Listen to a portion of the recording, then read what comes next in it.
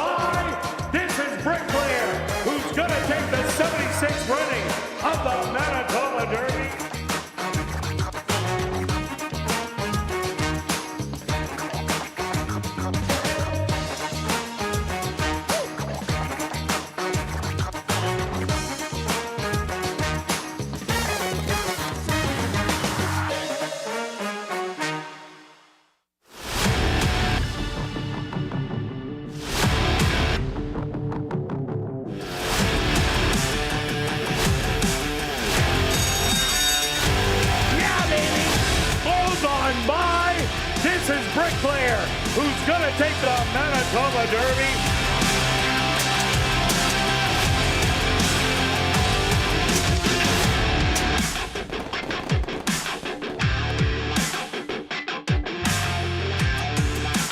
The Manitoba Jockey Club acknowledges that we are on Treaty 1 territory, and the land on which we gather is the traditional territory of the Anishinaabe, Cree, Anisininew, Dakota, Lakota, and Dene peoples, and the national homeland of the Red River Métis. We pay our respects to the First Nations and Métis ancestors of this land. And welcome everybody to ASD Live, brought to you by Manitoba Liquor and Lotteries, day 29 on the racing calendar. Quick look back at yesterday's Derby Day racing action. Who was hot? Well, Steve Keplin Jr. and Sven Balrup. They teamed up for 2 wins, including judo. In the Harvey Warner Manitoba Mile, Bling Dancer won the escape clause with Brian Boudram Singh and Robert Van Overshot training. And of course, in the Derby, there was a disqualification, so Attack was placed first with Enrico Prescott riding Craig Smith. So as you look at the jockey standings, Demario Bino and Praven Badri have 29. Antonio Whitehall also had a win yesterday. They're both at 26. Him and Sven Balrup with the good day. Rashad Knights at 15. He had a win. Steve Keplin Jr. now is up by 10 with 27 over Michael Nault with 17. Jared Brown with 13. And Tom Gardapi Jr. and Wendy Anderson with 12. And you're going to see that jockey standings change dramatically as jockey Praven Badri. Our well wishes are with him. He was hurt in a training accident early this morning. Not sure on the extent of the injuries or how long it'll take, but best wishes from all of us on a speedy recovery. Stretch, what did you see on the racetrack? Well, as you could tell just with your tone how exciting we had yesterday, for sure. We started off with the $70 horse. Fireworks in the first race. Exactly. You called it in the first race. Great race call to kick off the day. We bet over $2 million in the pick 5. Nice payout there, over $2,400. Very gettable. It was right there. 3.9 on the day. I believe that is a record. That is a record for sure. And then, great card. And then we had a first in the Manitoba Derby. Any guesses on what the first might be? Oh, maybe that DQ. Correct. I haven't been around for all 77 of them, but I've been around for about 40, and I've never seen it before. Okay, I checked with Bob Gates. He knows it all. Oh, he's the man. He is the man. He told me it was a first. He sent me an email to follow up, but story time. Let's have story time. Sure, why got not? Story We got some time. All right, let's have a bit of story time. So he sent me an email, mentioned that there was an inquiry in 1970. Mr. Macho claimed it against Country Free. Northern Spike happened to finish third in that race. In that discussion, Lauren Spearman, jockey agent of Erwin Drager, was convinced that there should have been a disqualification in that race. Apparently, it was at the far turn, kind of that blind spot that we see from time to time. At the 3/8 pole, that is the blind spot. Exactly. So, yes, of course, you were right, Kirt. Was the first disqualification, but we did have an inquiry. I think people I talked to seem to agree with it. It didn't affect maybe the top two, but the other placings it certainly did. And so you never want to see that. And everybody was healthy after that, so it went well. That's racing for you. That's kind of the rules, and it is what it is for that. Talking about the track surface, 5 of 7 went gate to wire. The last race was the one that basically saw some of the closers. Yeah, but Rough Customer and Magic Chrome, yes, by close. the head of the lane, they were going for the lead and just passing. So it's pretty well a speed day. Yeah, 100% agree with you. A speed day. We've had some Bugs Bunny clouds over the top. You understand, check that out. It's, when it rains on the... Anyway. Well, it rained around here for about 15 minutes. Came down in absolute buckets. But the track was sealed. So that's a good thing. So it still is a light. It'll actually speed up the track with that extra rain. Looks absolutely dynamite. They're opening it up right now. Okay, that's exactly what I was going to ask you. So we've got another stakes, a good card. We got another stakes on tap, the 3-year-old girls this time. And we've got a different card. This is why you have to adjust your betting or understanding, not always the same. We've got condition races. We've got maidens, non-winners of the year. Oh, joy. The non-3 lifetimes. That just gives us more opportunities to pick the winners and make some money. No doubt about it. All right, we're going to kick things off with an allowance race for 2-year-old maidens. They're going to go 4.5 furlongs. Scratch number 3, keep it in the family. 4 left to go, Stretch. Who are you on? Yeah, I've already seen some very nice 2-year-olds this year. I'm looking forward to it as I go. We've got a 2-time winner. I decided to go with the 2-horse. Jared Brown already has his...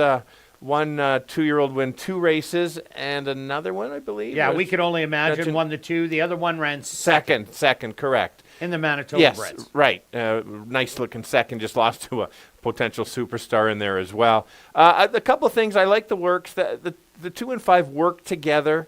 They purchased a $20,000 yearling purchase on the 2, so basically the owners obviously like the look on that. I decided based on that, because they work together in the same workouts, I'll go with what the trainers or the owners know best on that. I'll go with the 2 on top. And Omaha Beach is a really hot sire right now in North America. That Omaha Beach was a 5-time winner from 6 furlongs to 1 mile and an eighth, made over $1.6 million in earnings. The mom, Marcina, had 2 wins, $80,000 in earnings at a route of ground, has 6 brothers and sisters, all halves, a one-time winner of $54,000, another one-time winner of $47,000, a one-time winner of $20,000, a 4-time winner of $134,000, and a one-time winner of $8K. What do they all have in common, Stretch? Well, they win races. Well, they've all won, yes, which is always a good thing. And let's talk about the other first-time starter. Are you entertained? The dad, 1,000 words, 4 wins from 6.5 furlongs to 1 mile and 16th, $327,000 in earnings. Lady Lumpuma was a maiden. This one has a lot of brothers and sisters, 10 of them. 3 of them unstarted, 3 maidens, a one-time winner of $32,000, a 2-time winner of $33,000, a 2-time winner of $117,000, and a 3-time winner of $85,000. So there's a lot of winners in these first-time starters. For sure. I'm glad you only made that short version. If you were going to give all 10, I might have cut you off short on that for sure. Good information. If I like the 2, I got to like the 5. They work together, so I chose that one. I'll talk about the 1. The middle race of the 3 races is the key for me. This horse made a nice middle move and then just flattened out. I think if this horse improves that race 2 back, certainly can be there. It's always a bit of a guessing game with the 2-year-olds. 2-5-1. And number 4, Marking Broadway. This horse had already started in Phoenix, has been laid up since, as hadn't had a 2-year-old race here available, as the girls was the first one, then the girls stake the debutante, and then the breed race. So finally gets in there, has some good workouts underneath, has been a good conditioner. Dewey Williams is 12 for 17 in the top 2. I definitely expect this one ready to go. And there is a rider change on number 1, Ranger Town. Lenny C. Charon will ride it, as Praven Badgery is off all his mounts today and tomorrow. I'm going to give you 2, 5, and 4. Now we're going to carry on to race number 2, a $3,000 claimer for 3-year-olds and up that are non-winners of the year. They're going to go 5.5 furlongs. Scratch number 2, Otani. Stretch. Well, I'm jumping on board with you on the 1. Yeah, I was on this horse as a price last time to be in there. Ran really well. Ran huge. And And then key for me is this is basically how we talked about the track. Yeah. Right. So for me, there's only really one early pace. We got the right track. We got cuts back to 5.5. Ran really nice last time. Did lose to a better horse because Moon Connection's was taking the drop from 55. Exactly. And was 4th beaten 2 in the race. Correct. Gets out of the 8, certainly go great to wire. Yeah, and a lot of our handicapping today, at least mine, is going towards the speed horses, especially the ones that are going to get loose, as speed was so dangerous yesterday. I think Cajun Birdie is loose speed in here. I also like number 3, Colonel Clink. This horse was well bet down in Prairie Meadows. Did go over to Fargo. Ran an even effort, was beaten by 4.5 in there. But a few of these horses, sometimes they don't like Fargo's racetrack. And then coming up here, Prairie Meadows horses in the past have done very well here at Assiniboia Downs. So Colonel Clink comes out of a really hot barn that won 2 races yesterday with Sven Balrup. So that's why I have it in second. Yeah, to me, this horse just has to sit close enough. If it does, the figures are there. It's just track condition is why we're both that one. And we both have the 5. Dropped last time but didn't fire at all. Gets claimed and has a workout coming in. I think this is your wake-up call to see if this horse is still interested in the run. If it runs back to last year, it certainly can be right there. Again, it's one of those guesses, 1, 3, 5. And it goes back to its regular rider, Neville Stevenson. I'm also 1, 3, and 5. Now we're carrying on to race number 3, kicking off a nice, fresh jackpot pick 5 for our featured race, the 37th running of the Manitoba Oaks. 4 3-year-old fillies tackling the mile. Scratch number 4, 2 left to load. Number 6, Maybe So. Make the jockey Neville Stevenson. Stretch. How can they beat Hollywood? Well, if she runs like she did last time, I don't think they do. I thought it was her best race this year anyway at ASD. Oh, I agree. Huge race. She has that big turn of foot. I like when she does that. I've seen it also at Turf Paradise on the turf. She can sit close enough. Yes, maybe the track is playing a bit speed holding. She shouldn't get that far back. We're going the mile. I think she's fine. She can take over. Oh, yeah. She collared them early last time, going 7.5 furlongs. There was a quarter mile left. She was already putting her head in front, then drawing off rather easily on the 5, Linda's Map, who is my second selection. She looks like the predominant speed of the race. McGill does have speed, but I think Linda's Map is going to show the most speed in here. She has showed it going short. Now she does tackle the mile, but with the way the track is playing, she might run a long way on the front end, but was well beaten second to Welcome to Hollywood last time out, but I'm still making her my second choice. That's fair. I almost was making her the second. She has the talent, and they're playing how the track is playing. Has been stuck in all-out duels the last few, and certainly could get loose and carry that speed that much farther for sure.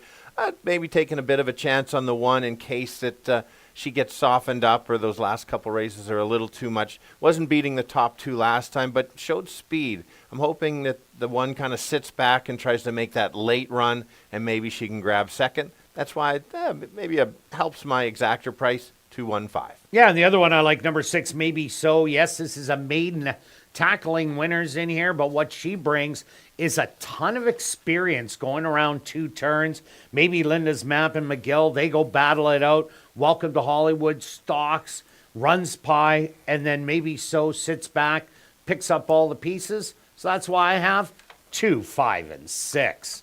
Now we're going to carry on to race number 4, kicking off $50,000 guaranteed pick 4 wagering.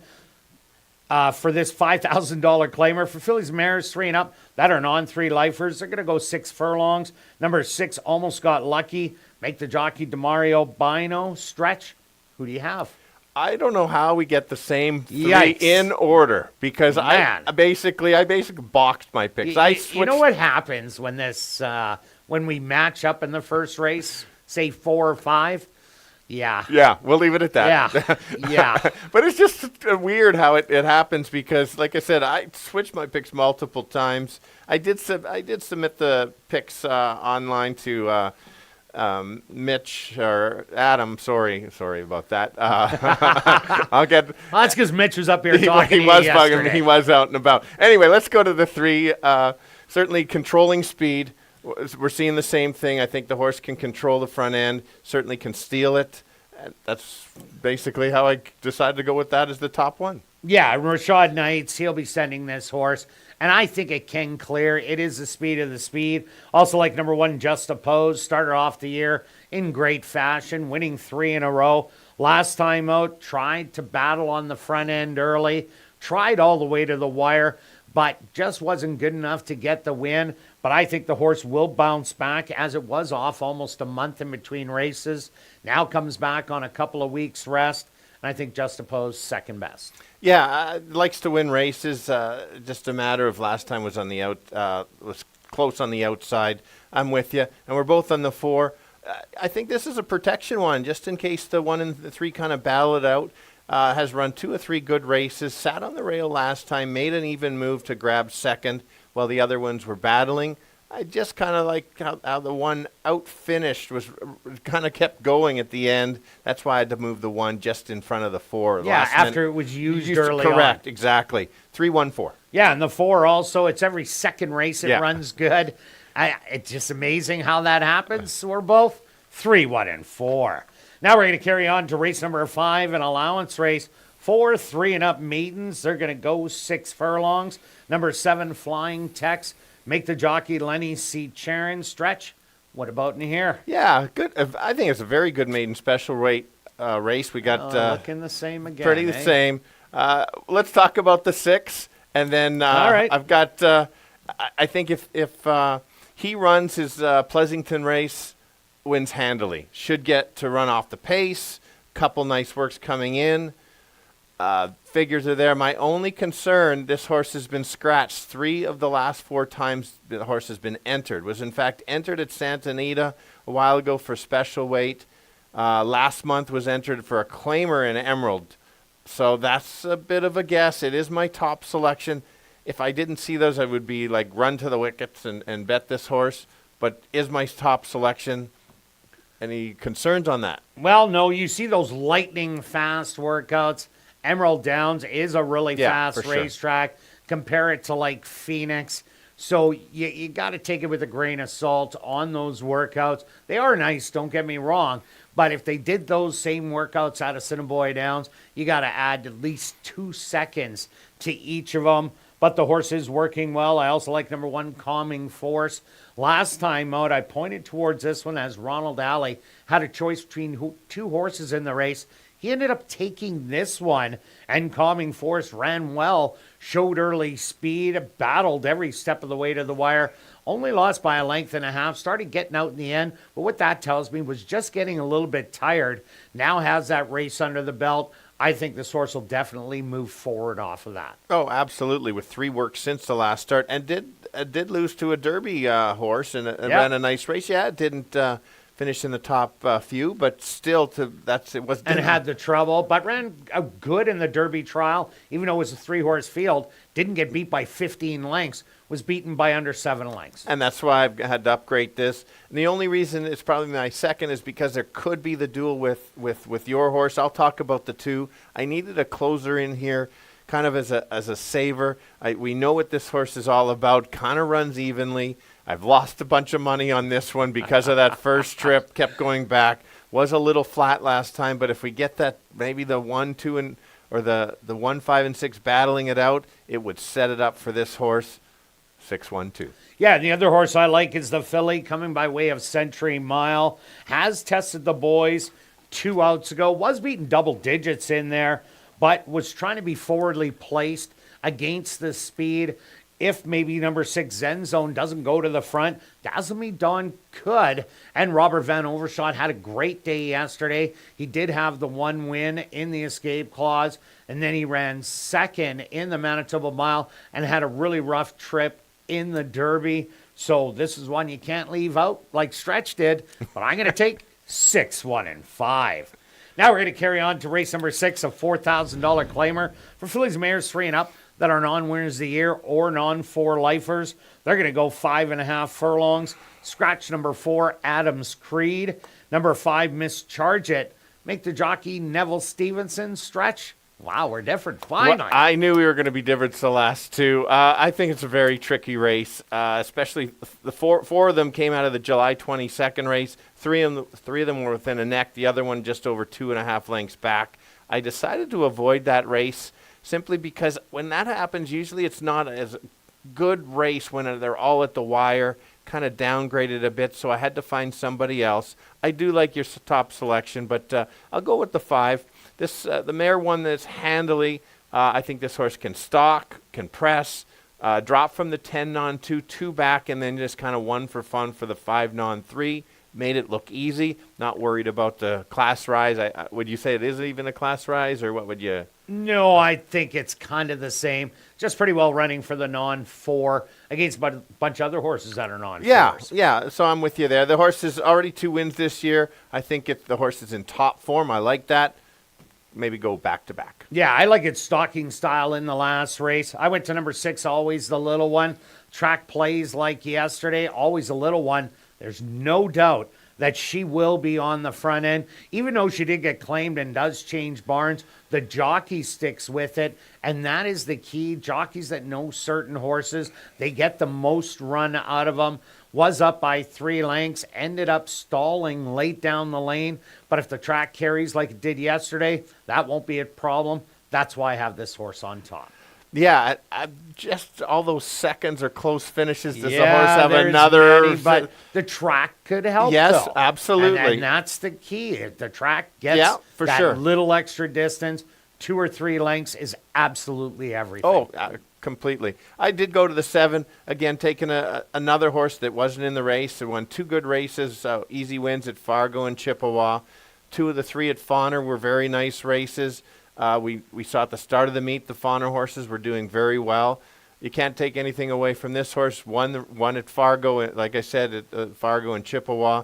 I think this horse can stalk and make that late run, especially if the others try to go after the horse early. Yeah, the other horse I took was number 2, Miss Z. Sat close last time out and made a real good charge down the lane, but just ran out of ground, beaten by a neck. That was my good long shot last time. Didn't get up. Well, maybe today's the day. I'm going to give you 6, 5, and 2.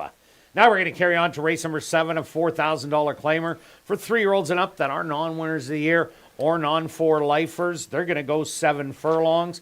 Number 2, Captive Kitten. We're going to see Javaniel Patterson back after an injury just before the start of the season. That's the rider change. Number 4, Exotics Bear. Roger Hewitt will ride. Stretch. This looks wide open. Well, we've got 6 of the 8. Well, yeah, so pretty wide open. Nice to save the most impossible race for last. That was my opinion. If you've watched the show in the past, I usually say to Beth, put ALL for the all, not even my selection. So that's what I'm going with. So I don't trust my selections, but I've made money on Plentiful over the years. He's 11. I don't know how many more races he's going to run. So it's a sentimental choice. This horse has obviously lost a couple steps being 11. Last time it was closer to the pace. It was a slow. He likes to kind of make that late move. So I thought maybe if there's a bit of pace, this horse can kind of make that late move and just come back to close to the form for the old guy to get up. Yeah, no doubt about it. Oodle's a class. I went to the speed of the race, number 7, Big Investment. Tried to steal it last time out. Got ran down by Poderoso Iki, who won its previous start. but big investment. There is other speed in here of number 4, Exotics Bear, but both of them are coming out of the same barn, so I don't expect them to battle it out. So big investment off that huge race last time, and the cutback in distance of a half a furlong, I had to put them on top. Yeah, that's a good comment about the same barn. I decided to go with the 4. I had this horse. I think we both might have had this horse last time on the win. 2 back, the horse lost all chance going the 2 turns. I'm getting 12-1 in a race that I like all. So I'm trying to find the price horses in here. This horse, again, you could be, I don't doubt there could be. Who knows, maybe this one goes to the lead, the other one sits off or reverse. All depends on the break. Correct. Break is everything. Everything. So, again, wide open. I had to use that one. Go ahead with your... And the 8, Charming Charlie. This horse run good every single time. The only bad thing is post position number 8, going 7 furlongs. You got to take back. If you go to the lead and more horses go to the lead, you're going around the turn 7, 8 wide, and that's just not going to get you to the winner's circle in the end. But Charming Charlie hasn't run a bad race in some time. 3 outs ago was the worst one when the horse went wire to wire, but I think this one fits well in here. And number 1, Shemayim, this horse might just take full advantage of post position number 1, had 2 good races at the $5,500 level before the last 2 that were kind of flat. The last one was the best one out of the last 2, but that inside draw could be absolutely everything. Yeah, and I'd include the 3s. The horse has always been in the mix. Beaten favorite, which I certainly don't like. I just think if this horse runs a top effort, certainly can be there. Didn't want to completely leave the horse out. So my picks are 5, 4, 3, 1, 2, 6, 7, 8. Oh, and I'm 7, 8, and 1. Good luck with all your wagers this evening, and I'll be right back with the changes on this evening's Carter Racing.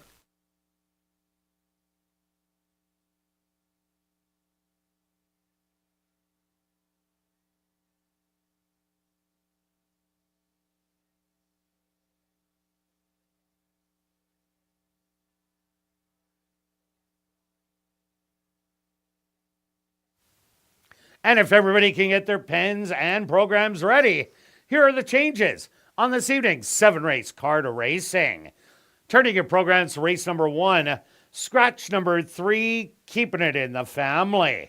Number 1, Ranger Town, make the jockey Lenny Seacharin. Now turning your programs to race number 2, Costy's Chaos, scratch number 2, Otani. Now turning your programs to race number 3, our featured race on the card, the 37th running of the Manitoba Oaks for 3-year-old fillies. Kicking off jackpot pick 5 wagering. Obviously starting fresh in the jackpot pick 5. Scratch number 4, 2 left to load. Number 6, Maybe So. Make the jockey Neville Stevenson. Now turning your programs to race number 4, the Dale Lacroix Memorial, kicking off $50,000 guaranteed pick 4 wagering. Number 6, Almost Got Lucky. Make the jockey Demario Bino. Now turning your programs to race number 5, our VIP Fan of the Night race. Number 7, Flying Tex. Make the jockey Lenny Seacharin. Now turning your programs to race number 6, our first of 2 classic high 5 races. Scratch number 4, Adams Creed. Number 5, Mischarge It. Make the jockey Neville Stevenson. Now turning your programs to race number 7, our other classic high 5 race. Number 2, Captive Kitten. Make the jockey Javanil Patterson. And number 4, Exotics Bear. Make the jockey Roger Hewitt. Well, it turned out to be a beautiful evening here in Winnipeg. Perfect timing. We got the Bugs Bunny clouds. Currently under mostly cloudy skies. You wascally wabbit, you. Wow. The temperature, 23 degrees Celsius or 73 Fahrenheit. A light wind out of the southeast at 23 kilometers an hour or 14 miles an hour. And the track is listed as fast. A fast racetrack for this evening's 7-race Carter Racing. And we're going to kick it off right here in race number 1 that goes to post in 19 minutes.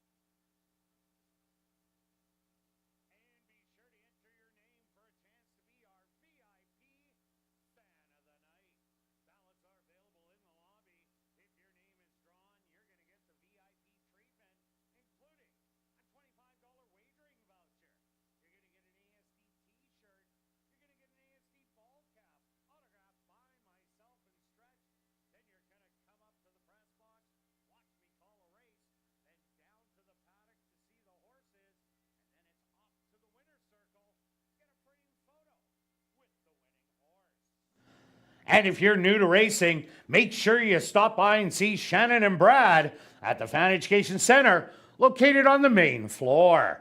It's also the place to open a free HPIBet.com account so you can bet the races right from your phone. Even better, if you open a new account and wager $100, you're going to get $100 in bonus money. Have a great evening of racing.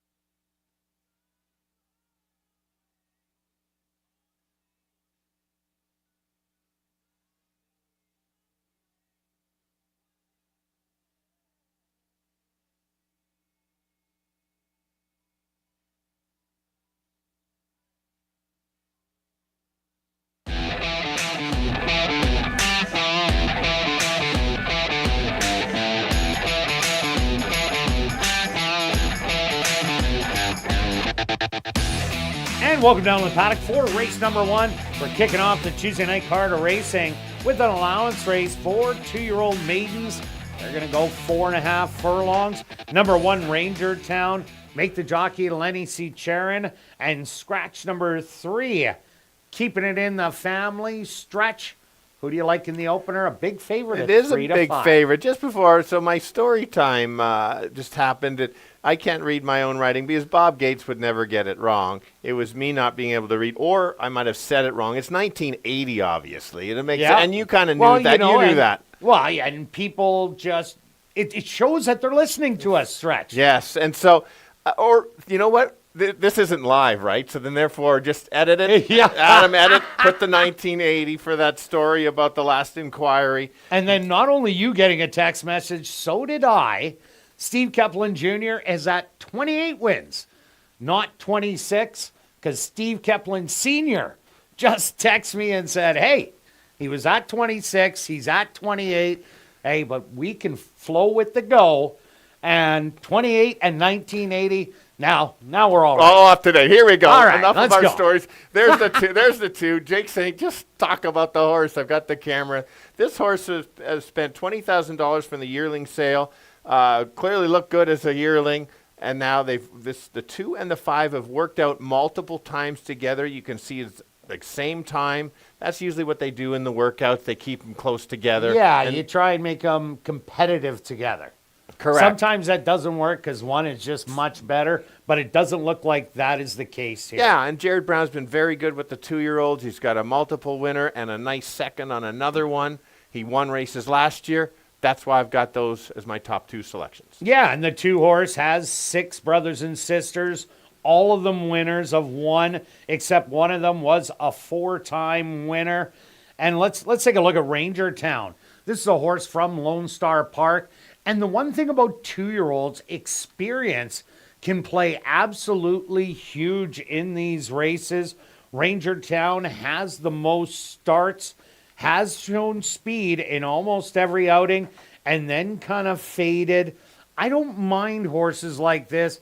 Does draw the rail. That's not going to be a problem going 4.5 furlongs, because at 5 furlongs, there's a gap that goes into the main track. 4.5, they're stuck right on the rail. So if you're looking for a horse at a bit of a price, that could be it. The other first-time starter, as Stretch said, was Are You Not Entertained? 10 siblings, 3 of them unstarted, 3 maidens, a 1-time winner, 2 2-time winners, and a 3-time winner. And one of them, $85K, and another one, $117K. So here's another one that the family is a nice family. For sure. And I'll talk about the 1 is my... What about the 4? I talked about Ranger Town. I know you did. That's why I'm going to talk about the 4, obviously. Oh, okay. Just let me talk about the 4. No problem. 4 on the 4. Here we go. This horse has had the 1 start at Turf Paradise. This is your selection. When you're running at Turf Paradise, there's a lot to draw from in there. Always there ever. So the competition is there. You mentioned that this horse just couldn't find the right race. I guess the races didn't go, or that just was not the book. There hasn't been a boy race yet. Okay. 2 girls race, the allowance race, the maiden race, and the stake race, and the other was a breed race, so ineligible for all of those. This is the first open boys race. Yeah, and so you expect only 1 start. The horse is going to probably improve. Was in nice warm weather in Phoenix. Should be ready to run. Yeah, and that start in April. It's been training quite some time. All right, let's go to our wagers here in race number 1, Stretch. What do you have?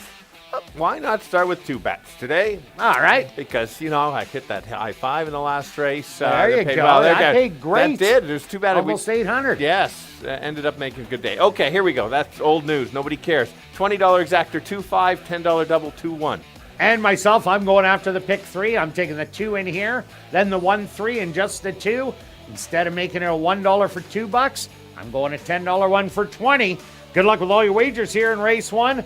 We'll see you back for race 2.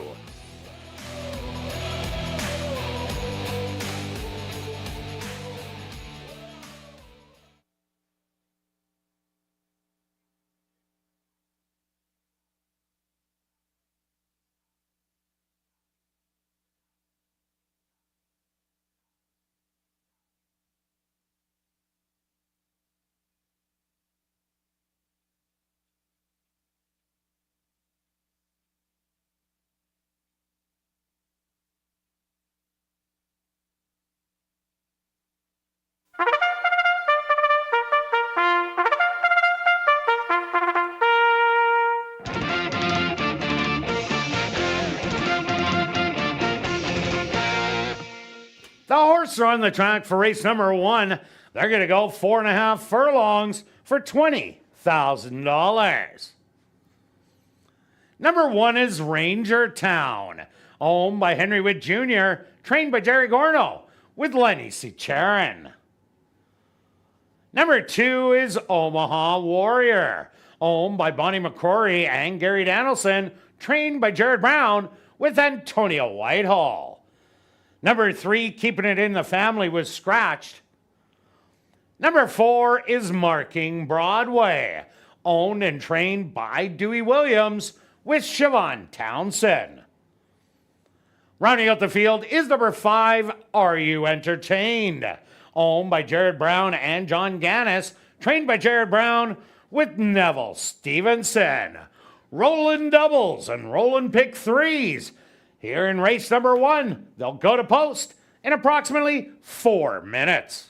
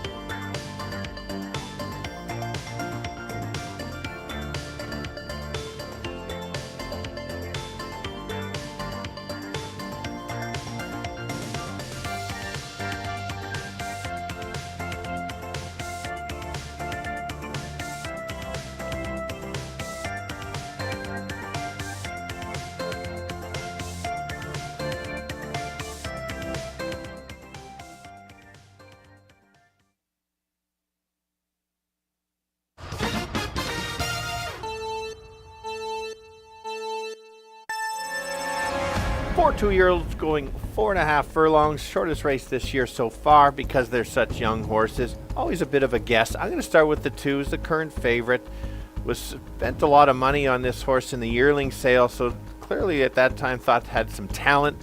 The breeding says this horse can win races. All his half brothers and sisters are winning. Had to make that the top selection. The entry mate, the other one that Jared Brown trains, is the 5. They worked out together, so if I like the 2, I better like the 5. And the 1 horse is coming from Lone Star, which is in Texas. 2 back was a nice move and proves that move certainly can be there. Let's go 2, 5, and 1. Kirt?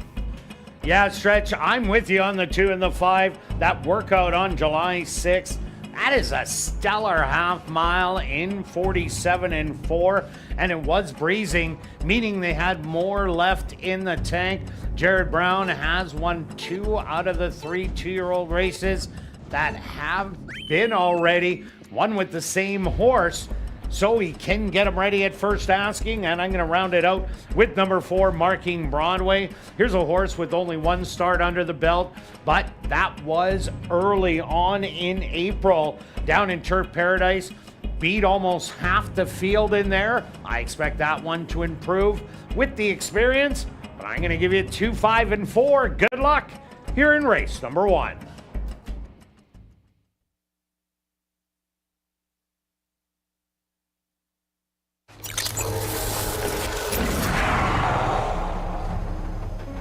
It's now 2 minutes to post time at ASD.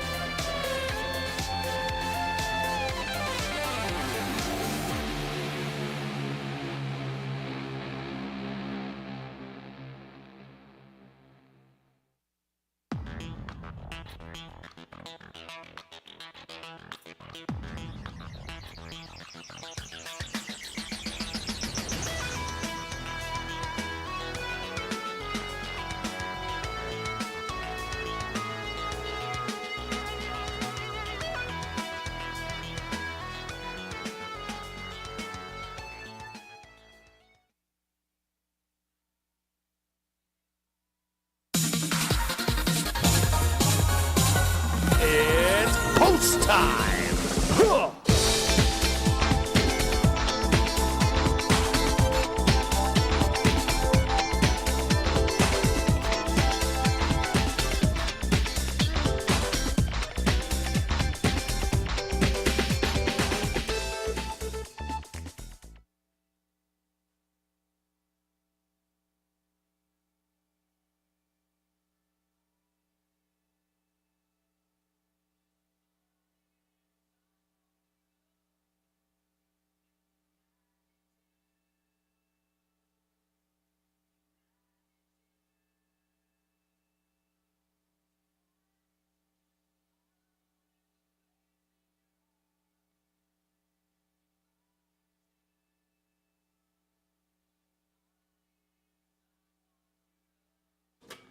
Rangertown leads the 2-year-olds into the starting gate. Omaha Warrior, the current favorite at 3-5, ready to go in. Just 2 left to load. Marking Broadway.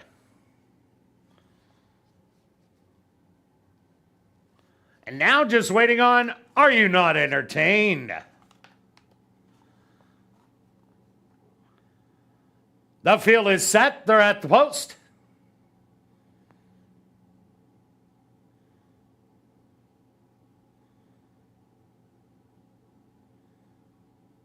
And they're off. Quickly from the outside, Marking Broadway scoots out to grab the early lead by a length. To the outside, Omaha Warrior in second. Ranger Town up close in third. And Are You Not Entertained is at the back, but moving nicely. 3 lengths front to back. A short lead for Marking Broadway. In between horses, Omaha Warrior. 3 wide, Are You Not Entertained? And the trailer Ranger Town, they hit the head of the lane. And it's Marking Broadway with the lead, hugging the rail. Fighting back on the inside, Omaha Warrior. Are You Not Entertained? A 16th of a mile to go. And it's going to be Marking Broadway drawing off to win by 3. Are You Not Entertained in second? Omaha Warrior in third, and fourth to Ranger Town.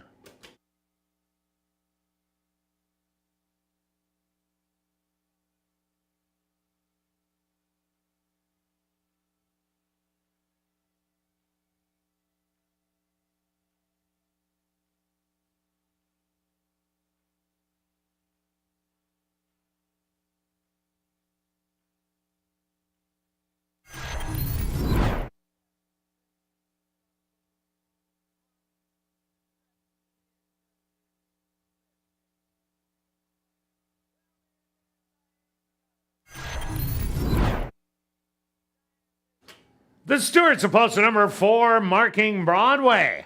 Adds a race winner. Second goes to number 5, Are You Not Entertained? Third to number 2, Omaha Warrior. And fourth to number 1, Ranger Town.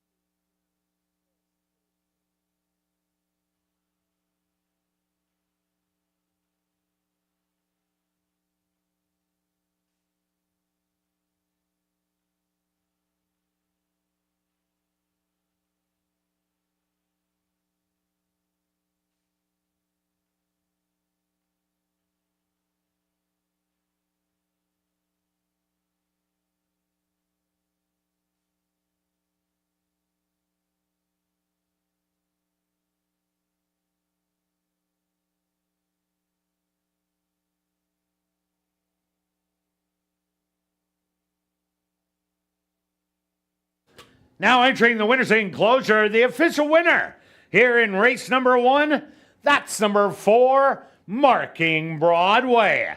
Marking Broadway is a bay colt, 2 years old, by Marking. Out of the mare Lights on Broadway by Real Solution.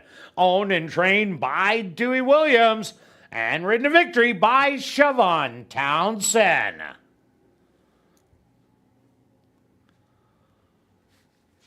Race 1 is official in the upcoming second race. Costy's Chaos Race. Scratch number 2, Otani. Rolling doubles and rolling pick 3s here in race number 2.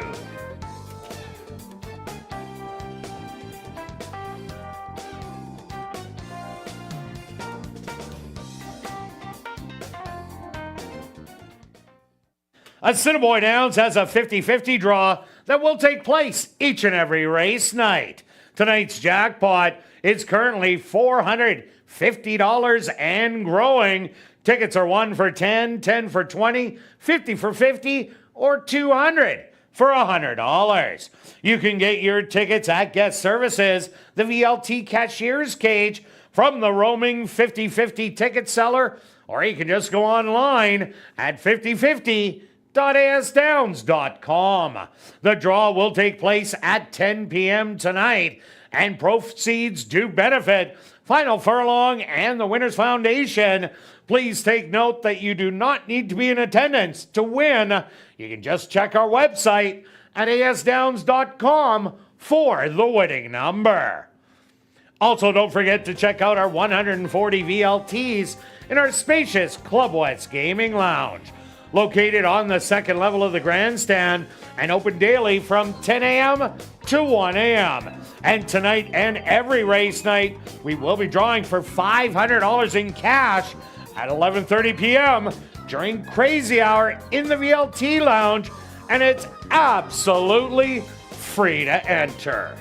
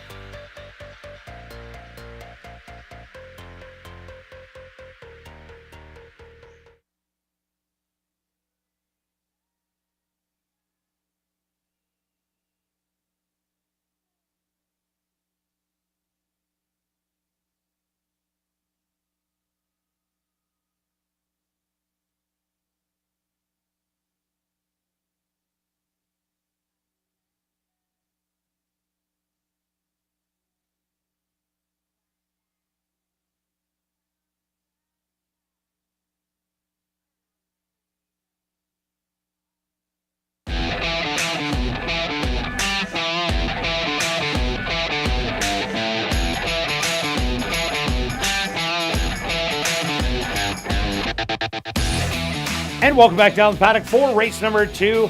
We have a $3,000 claimer for 3-year-olds and up that are non-winners of the year. They're going to go 5.5 furlongs.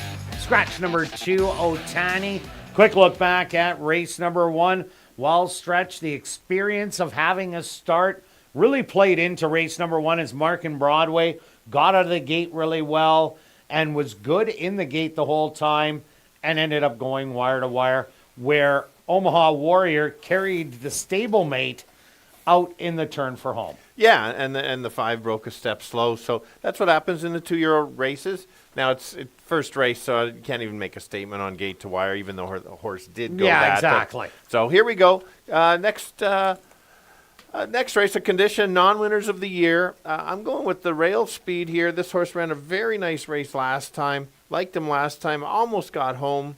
Just came up a little bit short. Lost to just simply a little bit better horse. This level is the level for Cajun Birdie in the sense of, take a look at a couple of the wins. When he runs at the bottoms, he wins races. And that's what I think if he goes, he should get out. There's not that much speed. Yeah, and really turned it around last time out and carried that speed a lot farther. The cutback in distance is the key for me at the 5.5 furlongs. Also like number 3, Colonel Clink. Colonel Clink was running at Tampa and Prairie Meadows. Ran well at Tampa, but it's the Prairie Meadows races that it did run the best. Was a winner late in 2024, in mid-2024, late in August, as it did go wire to wire. So might be showing a little speed in here to battle it out with Cajun Birdie. And Steve Keplin Jr. and Sven Balrup, they did have 2 wins yesterday. Yeah, absolutely. They're always tough together. Let's look at the 5 on the outside. Claimed after the last start, workout coming in, hasn't shown anything this year, but we know the horse has some talent, had the back class. Maybe the trainer change with Jared can turn it around, wake him up. If he wants to run like last year, he would win this race. Yeah, and it's going back to the regular rider, Neville Stevenson. That's always a plus. And number 4, Shirley Sherman. Showed some speed last time out, was right behind Cajun Birdie, but was unable to finish, as was beaten by 5 lengths in the end after pressing 3 wide. The cutback in distance, I think, will help Shirley Sherman in here. And maybe if the 3 doesn't fire, maybe the 1 and 4 can run around the track together. Yeah, for sure. All right, let's go to our wagers here in race 2, Stretch. What do you have? All right, not a $1, not a $2, but a $3 pick 3-wheel. 1-3 with 2 with 1-3. And I'm going after the exactor. I'm taking the 1 on top with the 3 and 5. $1 ticket, $2. I'm doing a $10 one for 20. Good luck with all your wagers here in race 2. And we'll see you back for race 3. Kicking off jackpot pick 5 with our featured race, the 37th running of the Manitoba Oaks.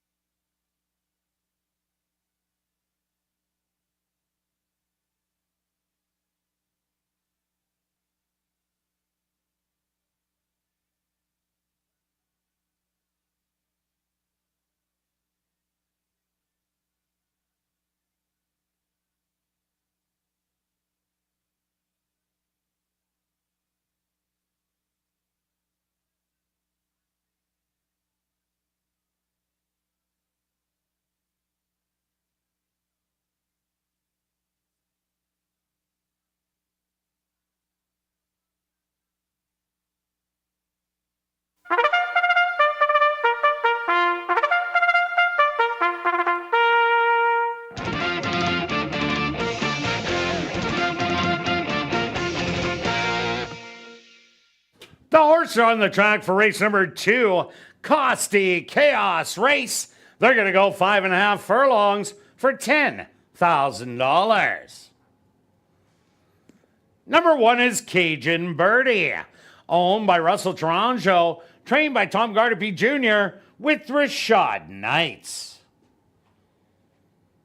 Number 2, Otani, was scratched. Number 3 is Colonel Clink, owned by Drop-In Racing, James Keplin and Parker Wallette, trained by Steve Keplin Jr. with Sven Balro. Number 4 is Shirley Sherman, owned and trained by Ryan DeJarlis with Matthew Bennett. Rounding out the field is number 5, Spire, owned and trained by Jared Brown with Neville Stevenson. Costy Chaos Race. Here in race number 2, they'll go to post in approximately 4 minutes.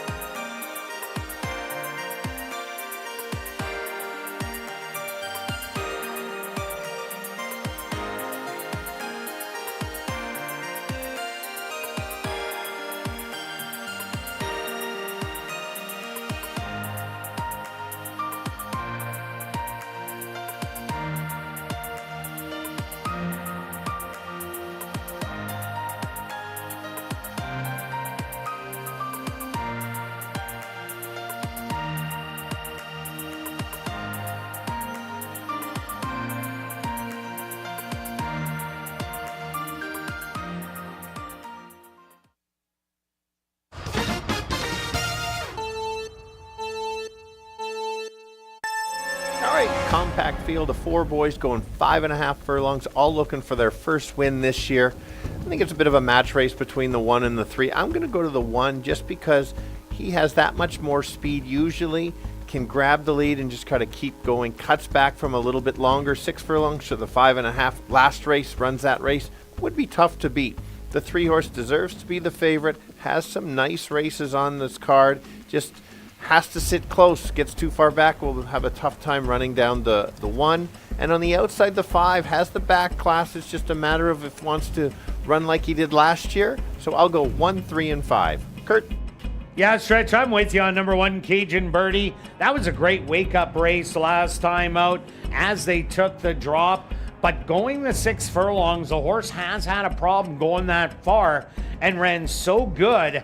Now gets cut back to 5.5, draws inside. Speed was doing well yesterday, so that's why it's my top pick. Number 3, Colonel Clink, always well bet down in Prairie Meadows and most recently at Fargo. This horse does have some early speed to be in contention and comes from the top barn. At number 5, Spire. Here's a horse that was mostly at about the $5,500, $7,500 level and always running 1-2, a little bit off form right now, but comes to a different barn, the Jared Brown barn.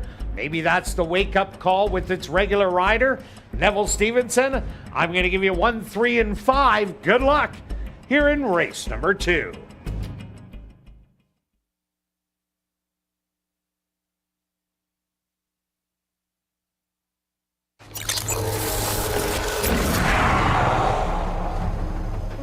It's now 2 minutes to post time at ASD.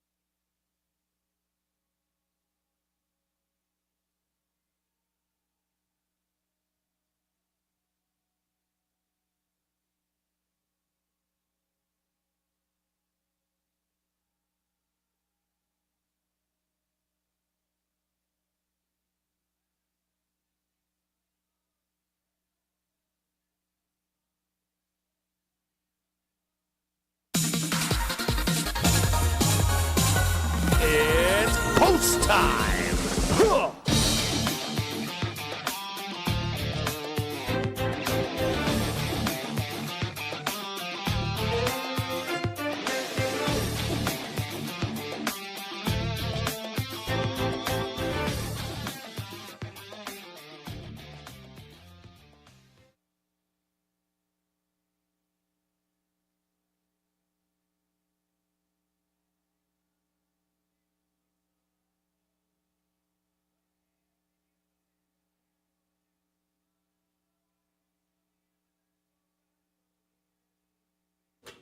Cajun Birdie, the first one into the starting gate.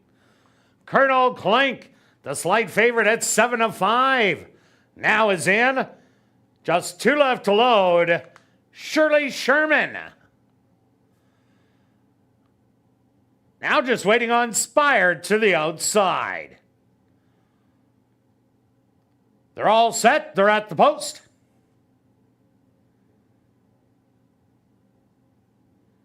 And they're off. From the inside, Cajun Birdie showing good early speed and will grab the lead early by a length. Colonel Clink in between horses in second. 3 wide, Shirley Sherman and Spire, the early trailer, is going to watch the early action. Only 3 lengths off of it. The opening quarter, 23-3, and Cajun Birdie has that lead by a length. In an all-out drive, Colonel Clink in between horses, Shirley Sherman.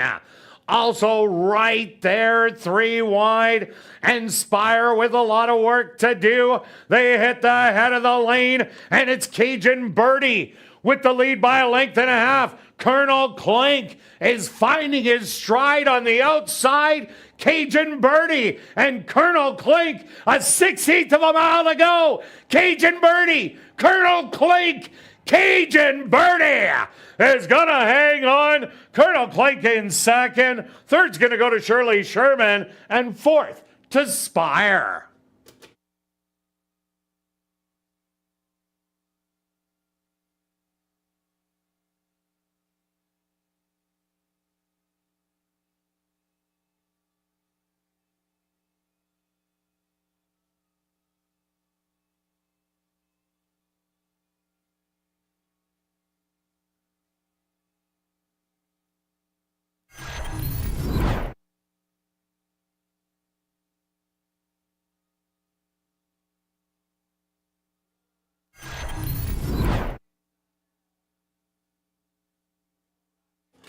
The stewards will post the number 1, Cajun Birdie, as your race winner. Second goes to number 3, Colonel Clink.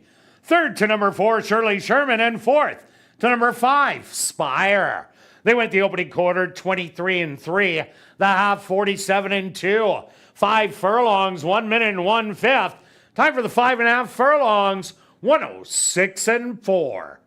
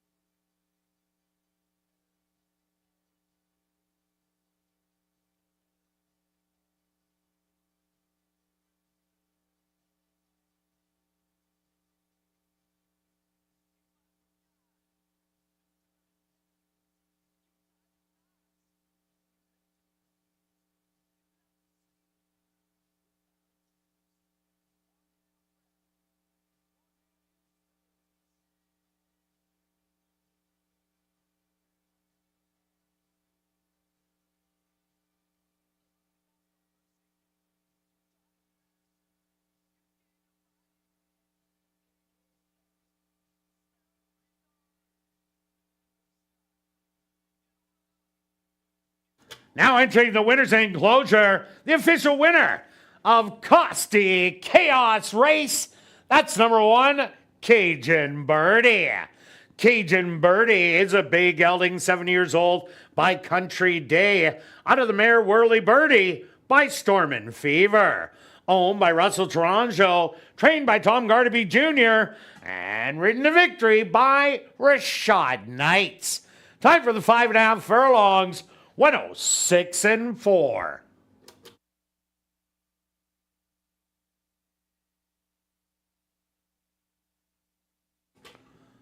Race 2 is official in the upcoming third race. Our featured race on the card, it's the 37th running of the Manitoba Oaks for 3-year-old fillies. Scratch number 4, 2 left to load. Number 6, Maybe So. Make the jockey Neville Stevenson. And this does kick off. Jackpot Pick 5 wagering will carry on with the rest of the changes for this evening's Pick 5. Turning your programs to race number 4. Number 6, Almost Got Lucky. Make the jockey Demario Bino.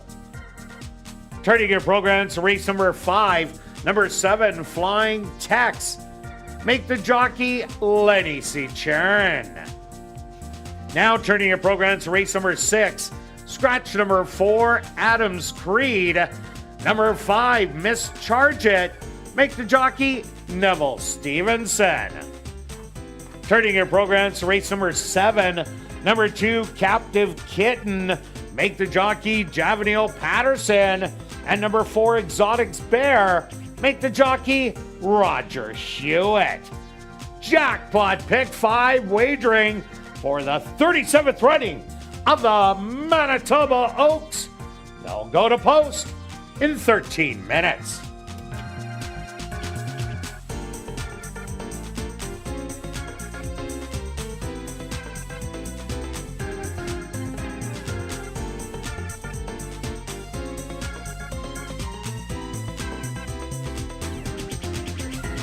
And don't forget to explore the 140 VLTs in our Club West Gaming Lounge, located on the second level of the grandstand and open daily from 10 a.m. to 1 a.m. And remember, our $500 Crazy Hour free cash draw will take place at 11:30 p.m. each and every race night. Also be sure to join us for free family fun nights every Tuesday in August. Bring the whole family and enjoy free activities starting at 6:30, including face painting, bouncy castles, and live entertainment. Make the most of summer evenings here at Assiniboia Downs. It's fun for all ages, and admission is always absolutely free.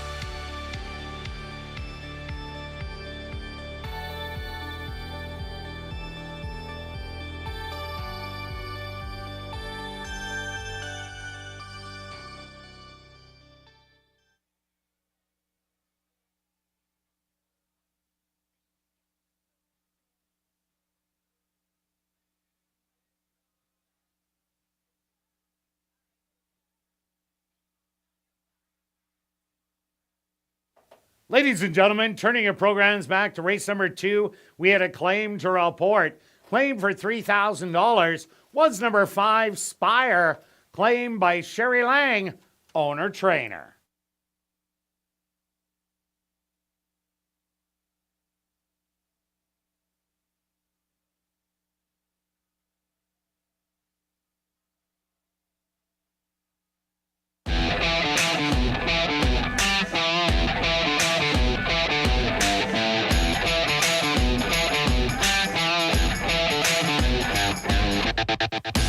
And welcome back down the paddock for race number 3, our featured race on the card. It's a 37th running of the Manitoba Oaks. 4 3-year-old fillies going the mile distance. Scratch number 4, 2 left to load. Number 6, Maybe So. Make the jockey Neville Stevenson. Quick look back at race number 2. Well stretched, we were both on Cajun Birdie. Made the front end and ran just as good as last time out. Lucky it was 5.5 furlongs. Correct. That's why you got to know the distance of the race and take a look at the race shape, because if there's any battle, then the 3 gets there. Okay, we're kicking off. Oh, look at all that money already in the pick 5. I have seen it go before the day after. Early on. There's not as big a pool. Who doesn't want $11,000-$12,000? Hey, that would come in handy. For sure. All right, here we go. My wife would love that. For sure. You owe her enough to put back in her purse. Don't tell her. Okay, here we go. Well, we're both on the obvious horse. Everybody can see that this horse will be the favorite. That's the 2. I think going a mile or 7.5 last time is perfect for her. She can sit back. She makes that big move. Seen it multiple times over her career when she shows speed. I don't think she's as effective. So I think that big effort, workout coming in, can sit just off, won't be that far, and can get up late. Yeah, I also like number 5, Linda's Map. Ran a good race 2 outs ago in the Jack Hardy, showing speed. Welcome to Hollywood, said see you later, but still stuck around for a good second place finish. Came back on short rest in that allowance non-2 lifer, but she definitely looks like the speed of the race. And the speed did well last one as the top 2 finishers went 1-2. Speed dominated yesterday, so big shot for a big finish. Yeah, no, absolutely. That's the one. I guess if there was an upset, maybe if this horse got loose and could steal it, for sure. I'll take a look at the one horse, Jake. This horse, I'm hoping sits just off. If there's a battle up front between a few of them, maybe this horse can close the gap on the top 2. It was a kind of a bit of a change in running style last time. If you look at 2 back, I like that race 2 back. That would put this horse in the mix to at least maybe grab 2nd or 3rd. Also look at number 6, Maybe So, jockey Neville Stevenson. Maybe So is a maiden, testing winners in here, but there isn't, outside of Welcome to Hollywood, a horse who's won a bunch of races. There's non-3 lifers and non-2 lifers. Maybe So brings in a lot of experience going around 2 turns. And I even like that 5 furlong race 2 outs ago where the horse was only beaten 5 lengths after running all those route races. This is one that could fill in your exactor. Yeah, let's take a look at the 3. Already has 2 lifetime wins. Showed speed last time against Older, and then now cuts back. It's going to be depend cat and mouse, do 3 and 5 duel, or 1 chase and try to get the jump. But there is some solid race, especially at Woodbine. This horse can run. All right, let's go to our wagers here in race 3. Stretch, what do you have? I've got a 20 cent. I didn't want to spend much, but I've hit the all button in the last race. 2 with 1, 3, 4. Long shot in there. 1, 6, another co-favorite. 5 and 7 with the price with the all. Get that all, and I can scoop the pool. Maybe. Yeah, not right. No, not right. $10 tri wheel. Full. I couldn't leave it out. 2 with 1, 5 with 1, 5. And myself, I'm keying the 2, taking the 1, 3, 4, and 6, the 1, 5, 6, then the 5, 6, then rounding it out with the 7 and 8, a 20-cent ticket, only $9.60, but I'm going to do a 60-center, grab a little bit of a piece of the pool for $28.80. Good luck with all your wagers here in race 3. We'll see you back for race 4, kicking off $50,000 guaranteed pick 4 wagering.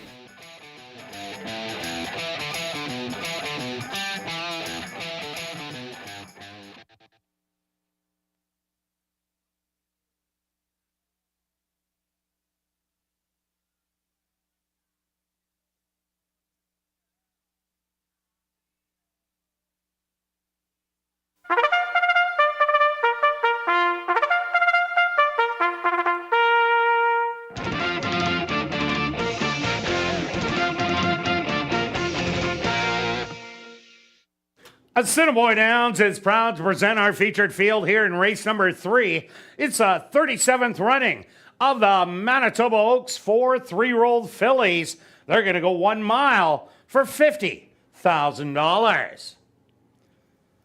Number 1 is Casually Classy, owned by Arneson Farms, trained by Lise Pruitt with Sierra Pruitt.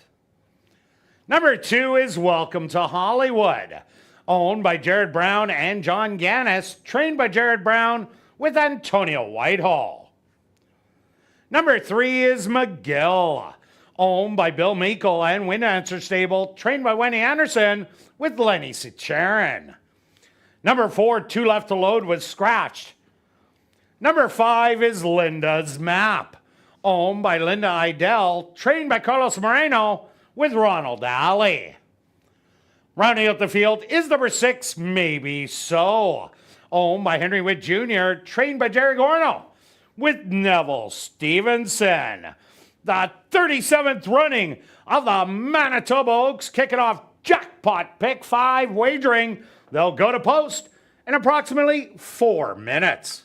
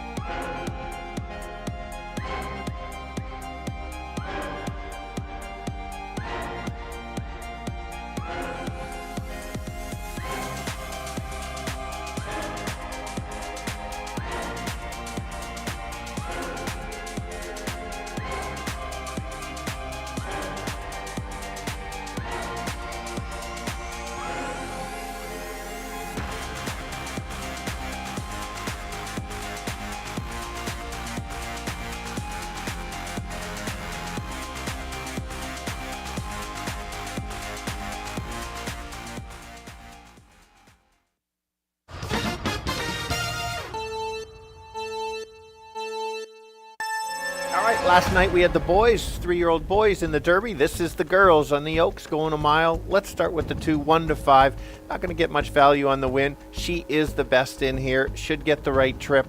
Can make that move. Anything close to last race puts her in the winner's circle. Let's take a bit of a price to help you with the exactor or the try. That's the 1. Should be sitting maybe in 3rd or 4th early and try to make a late move and try to get up to close the gap on the couple that she's already lost to. She can go the distance if she wants, and so she sets it up. And the other one could be the speed of the speed. That's the 5. She's going to go as fast and as far as she can go. Try to steal it, but I got 2-1-5. Kirt.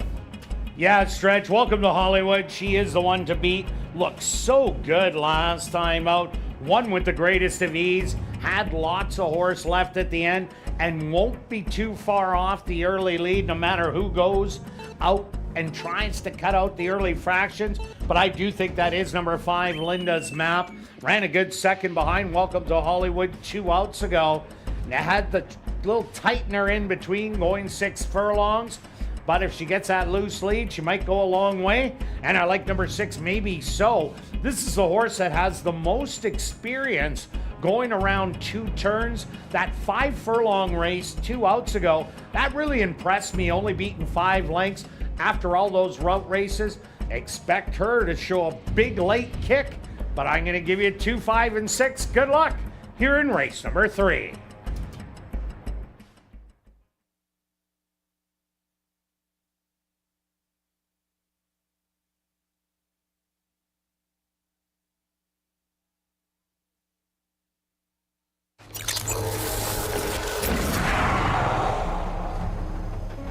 It's now 2 minutes to post time at ASD.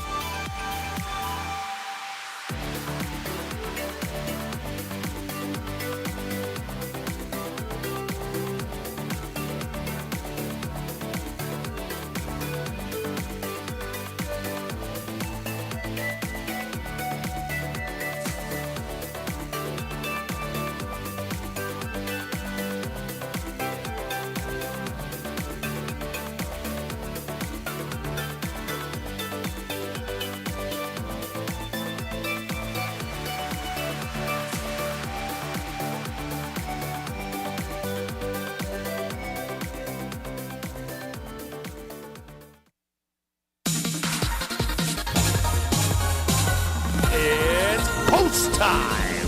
Huh.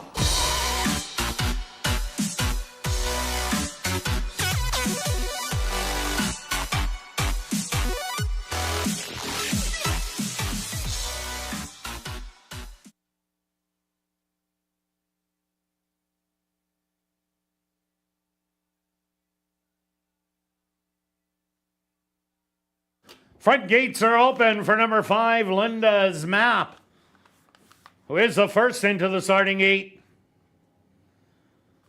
Next in, Casually Classy.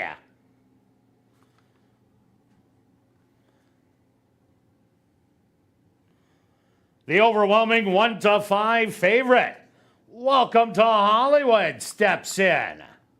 Just 2 left to load.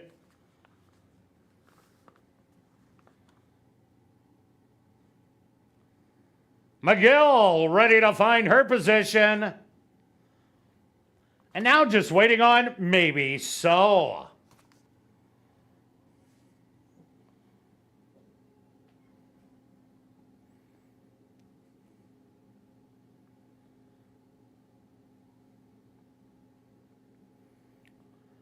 The field is set. They're at the post. And they're off in the 37th running of the Manitoba Oaks. On the inside, Casually Classy was away well, but Welcome to Hollywood now pressing the early lead with 3 others.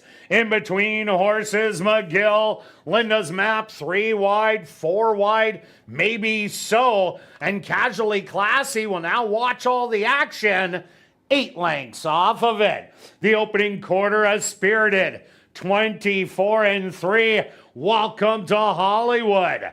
Running easy with a 1.5 length advantage. Back to second, McGill, Linda's Map. Trying to move up 3 wide, then maybe so. 4 lengths back, and the trailer still Casually Classy, who is starting to rev it up the half, 49 seconds. Welcome to Hollywood. She's opened up the lead now by 3.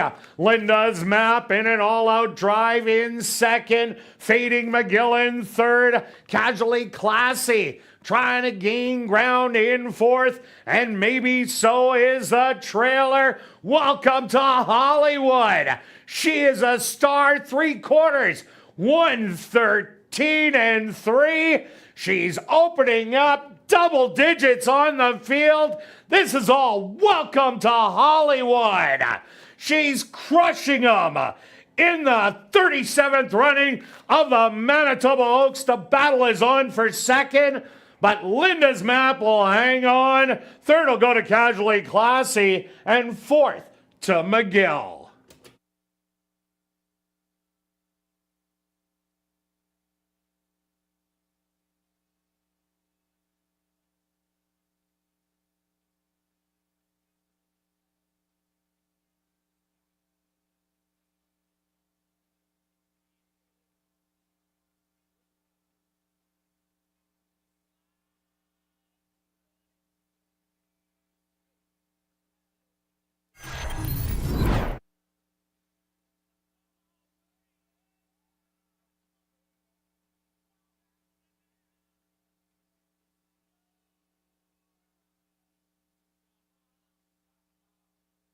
The Stewart's opposed to number 2, Welcome to Hollywood, as your race winner. Second goes to number 5, Linda's Map. Third to number 1, Casually Classy. And fourth to number 3, McGill. They went the opening quarter 24-3, the half 49 seconds. 6 furlongs, 113-3, 7 furlongs, 127-1. Time for the mile, a quick 1:41-1.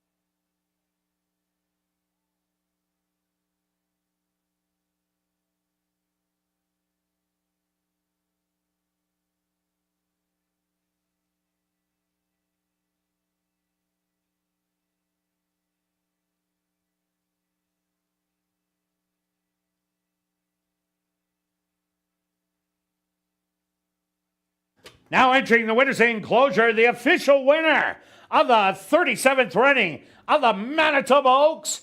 That's number 2, Welcome to Hollywood. Welcome to Hollywood is a dark bay or brown filly, 3 years old, by Omaha Beach.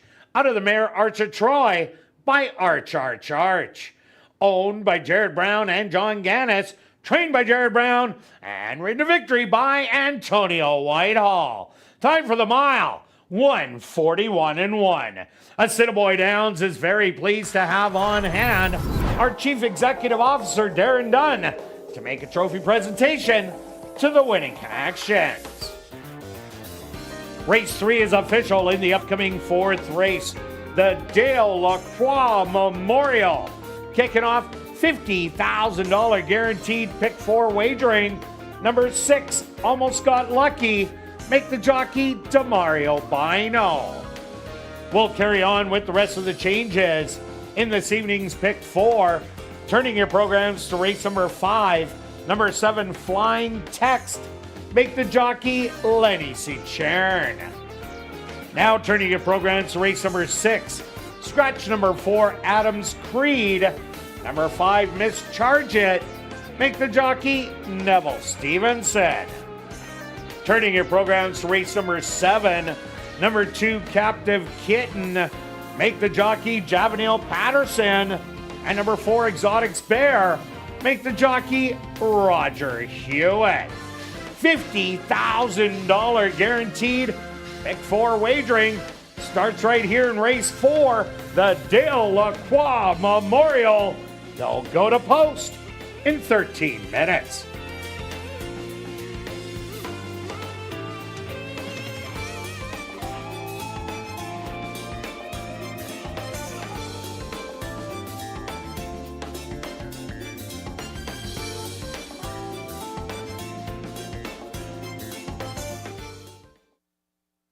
And ladies and gentlemen, we've drawn our VIP Fan of the Night. Congratulations goes out to Wendy Bergman. That's Wendy Bergman. Congratulations. You're our VIP Fan of the Night. You have 10 minutes to report to guest services on the main floor, South End.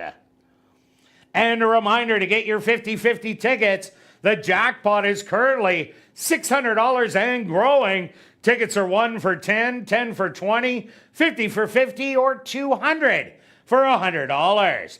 Get those tickets at guest services, the VLT cashier's cage, the roaming 50-50 ticket seller, or just go online at 5050.asdowns.com. Ticket sales will close at 9:50 p.m. The draw takes place at 10 p.m. tonight, and proceeds do benefit Final Furlong and the Winners Foundation. Take note that you do not need to be present to claim your prize. Just check asdowns.com for the winning number.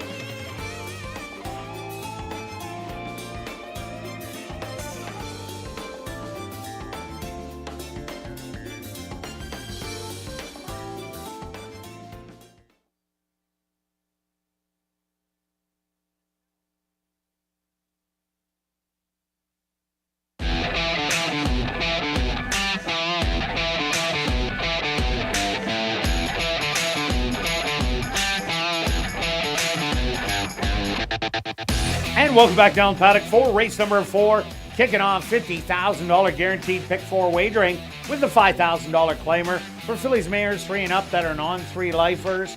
They're going to go 6 furlongs. Number 6 almost got lucky.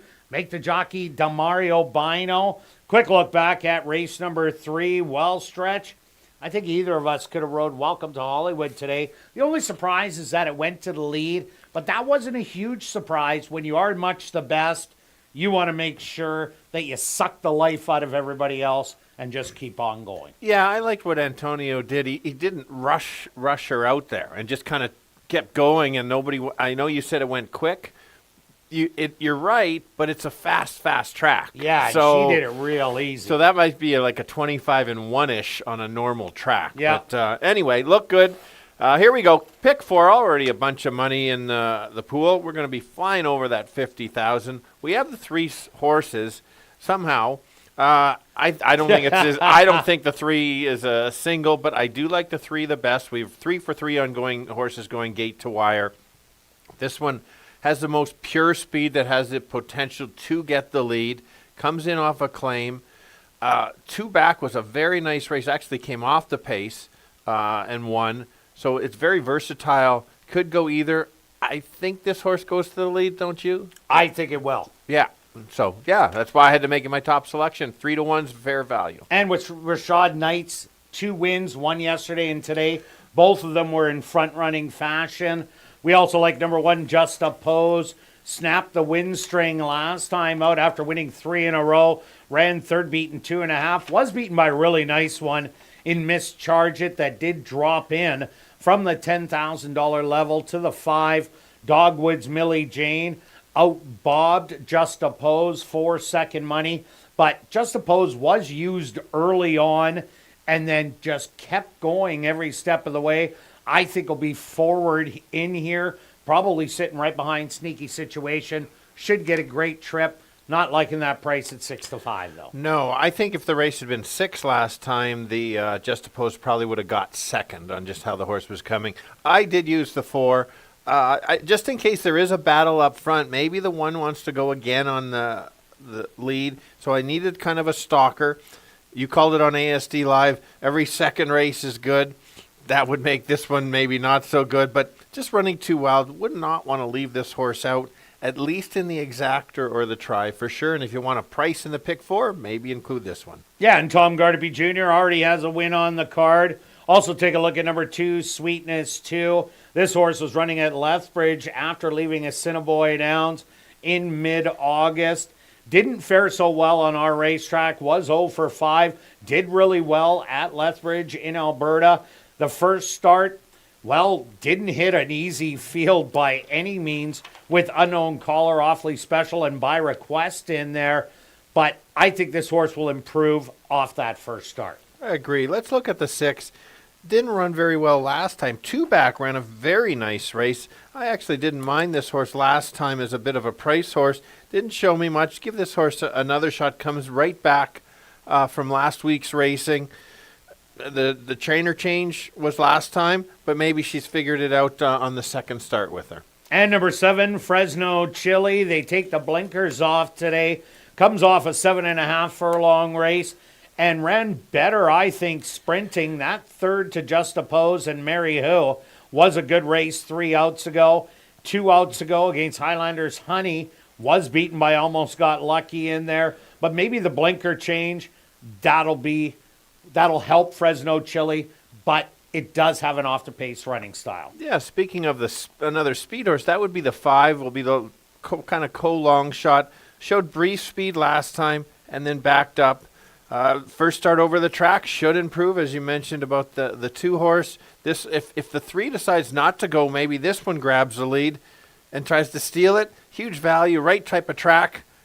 Certainly maybe if you're playing the try and the super, maybe include that one to make it pay. All right, let's go to our wagers here in race 4 stretch.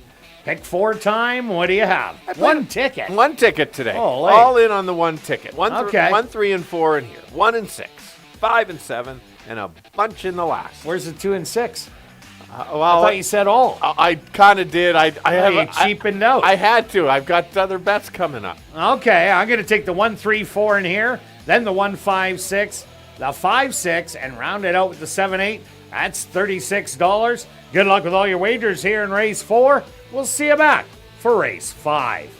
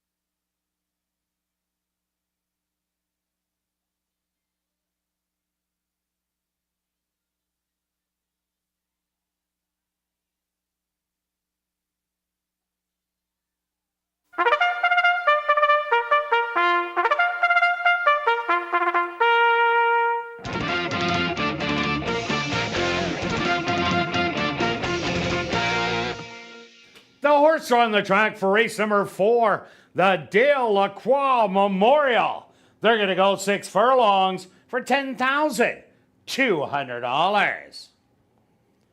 Number 1 is Just a Pose, owned by Artisan Farms, trained by Lise Pruitt, with Matthew Bennett. Number 2 is Sweetness 2, owned and trained by Rory Constant, with Lenny Sicharin. Number 3 is Sneaky Situation, owned and trained by Terry Cole, with Rashad Knights. Number 4 is Dogwood's Millie Jane, owned by Francis Nelson, trained by Tom Gardaby Jr., with Sachin Paris. Number 5 is Sublime Euphoria, owned by Rayanne Wahobin, trained by Ray Gardapi, with Antonio Whitehall. Number 6 is Almost Got Lucky, owned by Chester Constant, trained by Maria Stanford, with Demario Bino. Rounding out the field is number 7, Fresno Chili, owned by Pan Am Racing, trained by Lauren Fraser, with Neville Stevenson. The Dale Lacroix Memorial, kicking off $50,000 guaranteed pick 4 wagering. They'll go to post in approximately 4 minutes.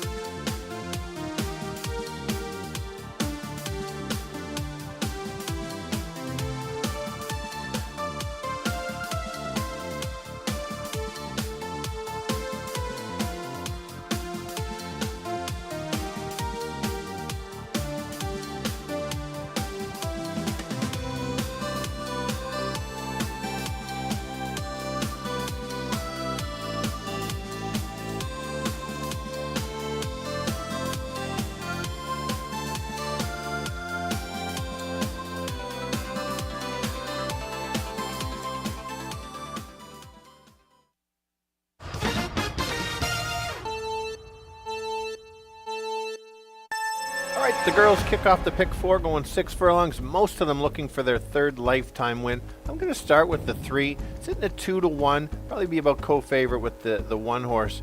This horse showed speed last time, got tired late. Could be the speed of the speed, should be very forwardly placed. 2 back was a very nice race as well. She wins some races, sitting on another victory. The 1 horse has 5 wins, the most wins in the field. Last time showed speed on the outside, and then So Game came back on at the end. Certainly could get a great trip along the rail, and that's the spot to be. And the other one at 5-1 ran a nice second against many of these last time. Could get the right trip to get up. That's a bit of the value play. 3, 1, and 4. Kirt? Yeah, Stretch, I'm with you with number 3, Sneaky Situation. Speed did well yesterday, winning 5 out of 7 so far. 3 for 3 on the night. Sneaky Situation is the only one that likes running on the front end. The 6 furlongs, a little bit of a question mark, but Rashad Knights does have 2 wins, 1 yesterday and 1 today. Number 1, Just a Pose, 3 wins early on. The win string was snapped last time out, but ran an absolutely huge race. This is a horse that always tries every step of the way, all the way to the wire. And number 4, Dogwood's Millie Jane. This is one that every second race runs the big one. Will have to sit close if it's going to have a chance. I'm also 3, 1, and 4. Good luck here in race number 4.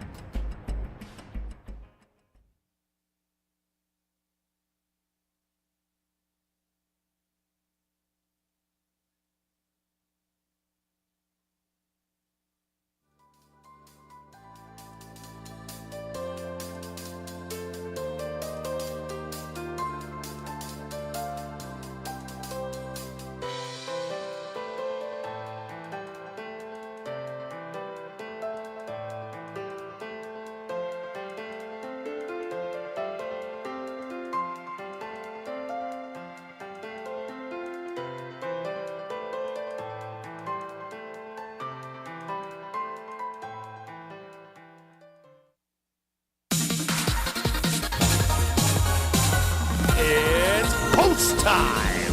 Huh.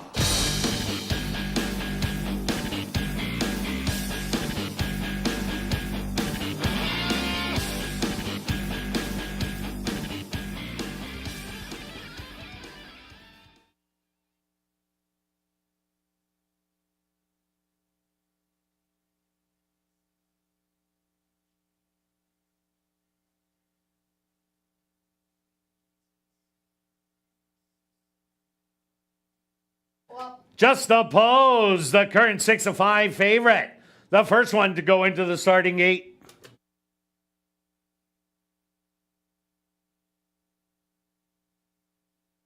Sweetness 2 now is also in. Here comes Sneaky Situation.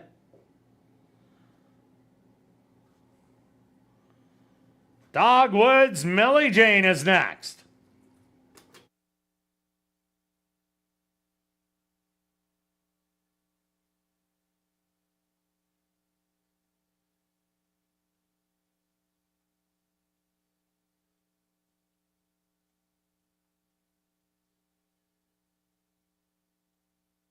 Sublime Euphoria. She'll be the next one to go in.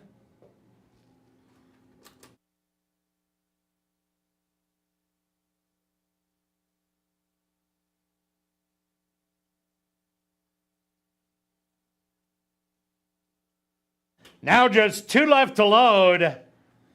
Almost got lucky. And now just waiting on Fresno Chili. The field is set. They're at the post.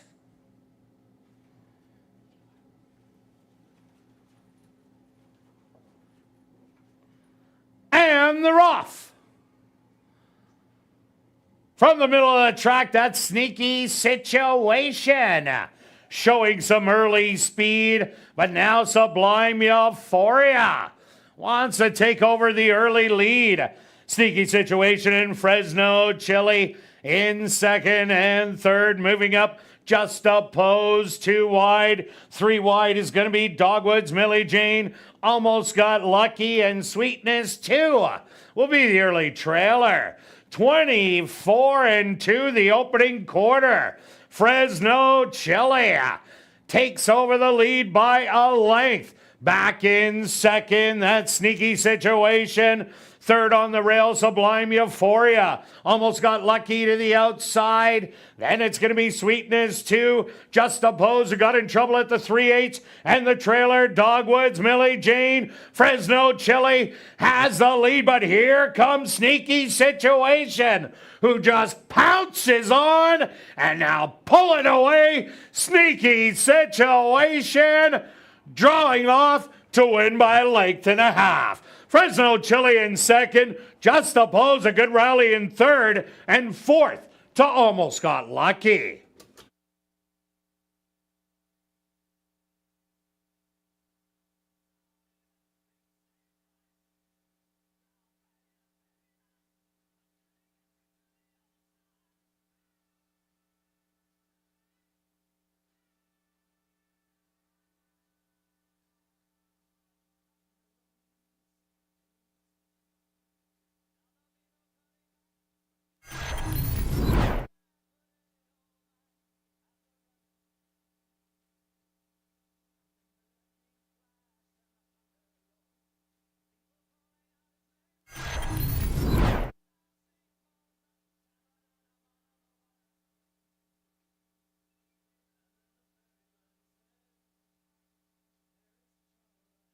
The Stewart's opposed to number 3, Sneaky Situation as your race winner. Second goes to number 7, Fresno Chili.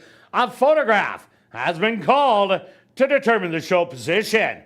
They went the opening quarter 24-2, the half 48-1, 5 furlongs 101-2. Time for the 6 furlongs 115-1.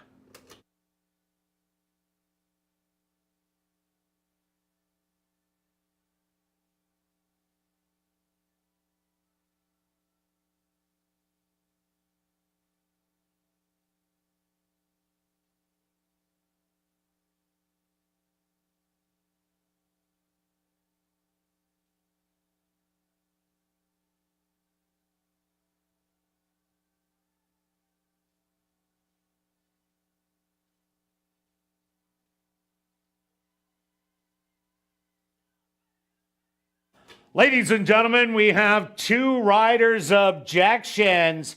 Number 1, Just Oppose, and jockey Matthew Bennett have claimed interference against your unofficial winner, number 3, Sneaky Situation, and jockey Rashad Knights. Also, number 4, Dogwoods Millie Jane, and jockey Sachin Paris has claimed interference against number 3, Sneaky Situation, and jockey Rashad Knights. 2 riders' objections, 1 on 3 and 4 on 3. Results of the photo show number 1, Just Oppose, finishing third. Fourth goes to number 6, Almost Got Lucky.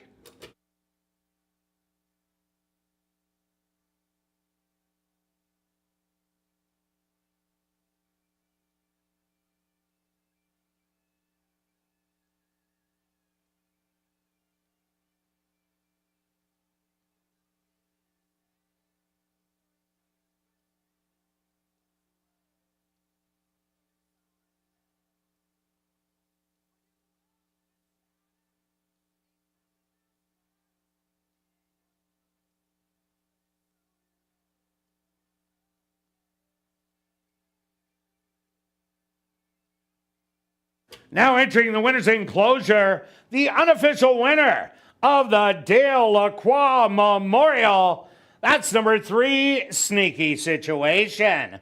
Sneaky Situation is a Bay filly, 3 years old, by Motown, out of the mare of Fleet Lexi by a Fleet Alex. Owned and trained by Terry Cole, and ridden to unofficial victory by Rashad Knights. Time for the 5 furlongs, 115-1. Once again, ladies and gentlemen, a Stewart's inquiry, and 2 riders' objections. The riders' objections, 1 on 3 and 4 on 3.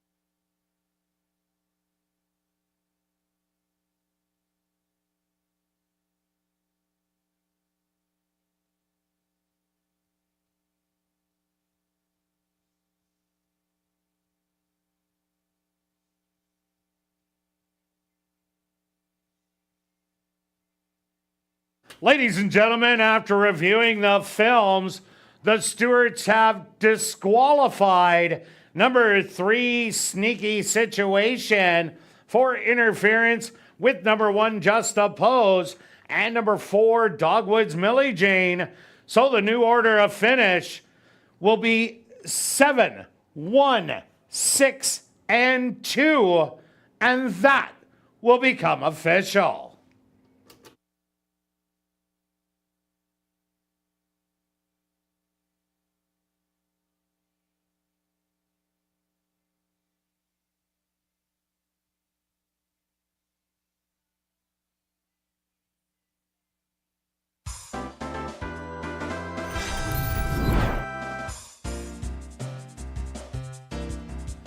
Race 4 is official. In the upcoming 5th race, our VIP Fan of the Night race. Number 7, Flying Tex. Make the jockey Lenny C. Charon. Rolling doubles and late pick 3 here in race number 5.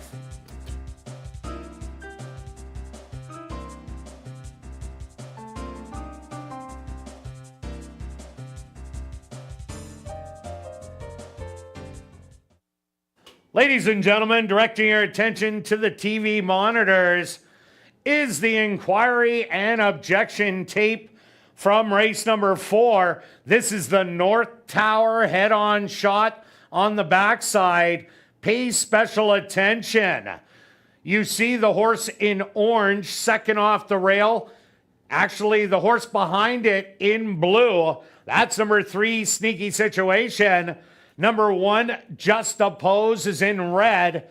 Third from the left of your screen, and second from the left of your screen in yellow is number 4, Dogwood's Millie Jane. You can let it run from here. And as you see, the 3-horse makes contact with number 1, Just a Pose, and the chain reaction between the 1, 4, and 6. In the Stewart's decision, a disqualification was warranted. Once again, this is a North Tower head-on shot. Pay special attention to blue, red, and yellow. As you see, the blue comes out, forcing the 1 to check, and then forcing the 4 also to check. So number 3 was disqualified and ended up being placed behind number 4, Dogwood's Millie Jane.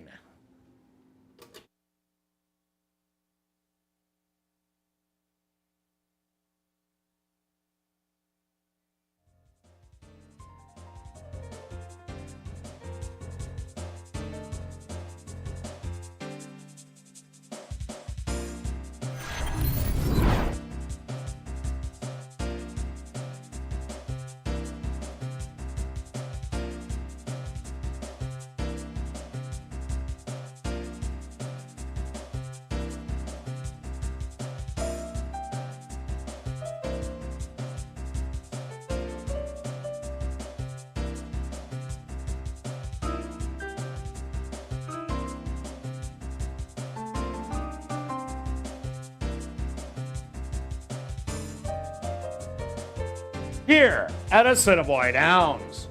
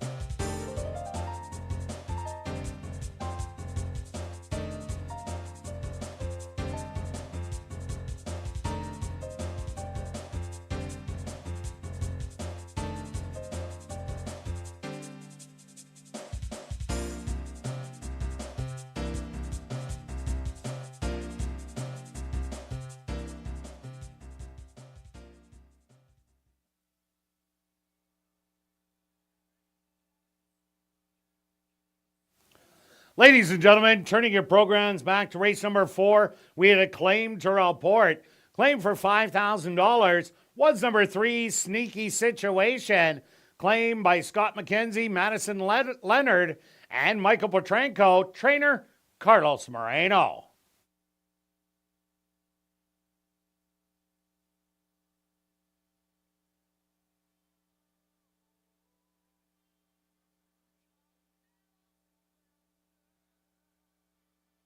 And welcome back down the paddock for race number 5. We have an allowance race for 3-and-up maidens going 6 furlongs. Number 7, Flying Tex.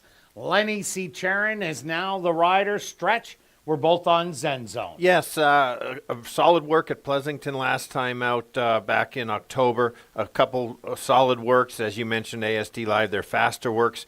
If the horse runs back to that last race, watch out, could get the trip. But did have some scratches in the middle. Number 1, Calming Force. What a great debut for this horse. Ran a good second to a horse that was in the Derby. War is Hell. Has workouts coming in.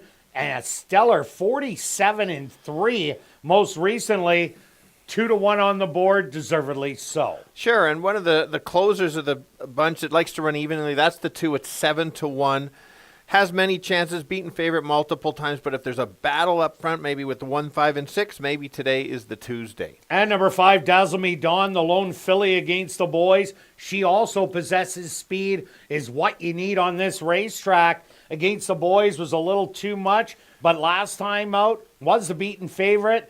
And Alexander Marty gets on for Robert Van Overshot, who's having a great week here at the Downs. For sure. Another invader is coming from Lone Star. Close some ground last time after a poor start. Watch the replay. Has to break a little bit better. Again, it needs a duel up front to get there. The track is playing fast early, so we'll see if it matters. All right, let's go straight to our wagers. Stretch here in race number 5. What do you have? Okay, we're going to go a $5 exactor wheel, 1-6 with 1, 2, and 6. I know we're running late. I did have a late pick 3, 6 with 5, 6, 7 with the all button. There it is. Thank you, Beth. And I'm doing the tractor, 6 with 1 with 2, 5, 7, and 6 with 2, 5, 7 with 1. Both of those are $3. I'm doing $5 ones for $30. Good luck with all your wagers here in race 5. We'll see you back for race 6.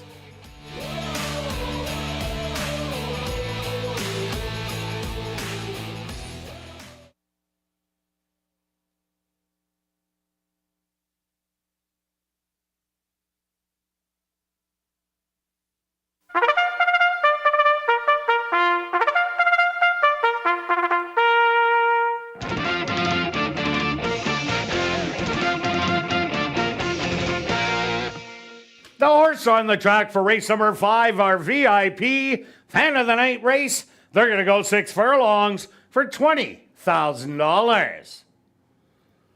Number 1 is Calming Force, owned by Gary Naherniak and Florent Rivard, trained by Mike Taphorn with Ronald Alley. Number 2 is Rocky Top Mischief, owned by Homer Thoroughbreds, trained by Jason Homer with Neville Stevenson. Number 3 is Grey Havens, owned by Gary Naherniak, Rihanna Gray, and Damon Gillis, trained by Mike Taphorn with Matthew Bennett. Number 4 is Sergeant Philco, owned by Jay Goy Racing, trained by Tiffany Husbands with Dario Dalrymple. Number 5 is Dazzle Me Dawn, owned by JDP Holdings, trained by Robert Van Overshot with Alexander Marty.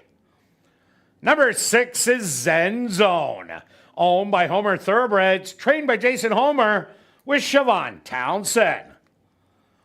Number 7 is Flying Tex, owned by Henry Witt Jr., trained by Jerry Gorno with Lenny C. Charon. Rounding out the field is number 8, Swiss Laker Boy, owned by Murray Clare Sky, trained by Sherry Lang with Sachin Paris. Our VIP Fan of the Night race. Here in race number 5, they'll go to post in approximately 4 minutes.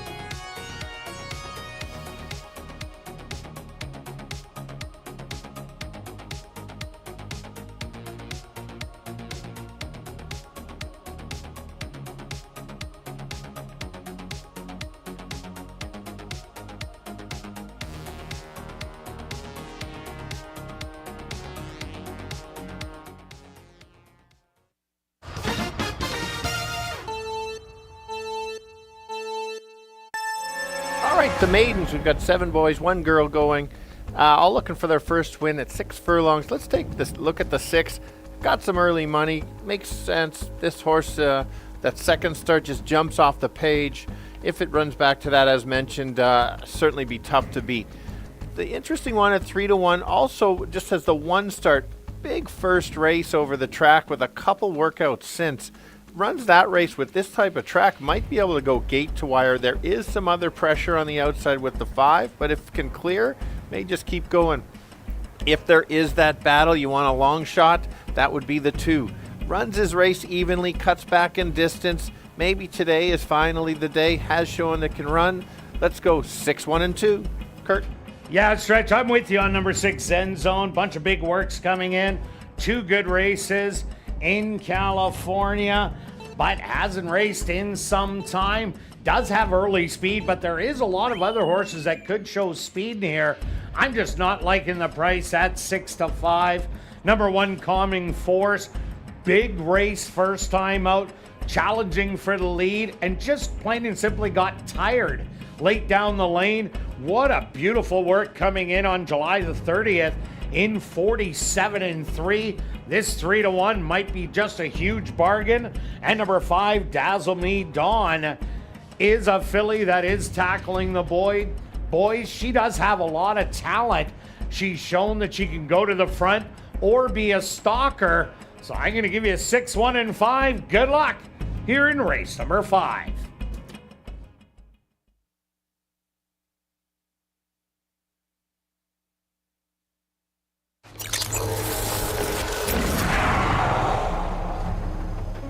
It's now 2 minutes to post time at ASD.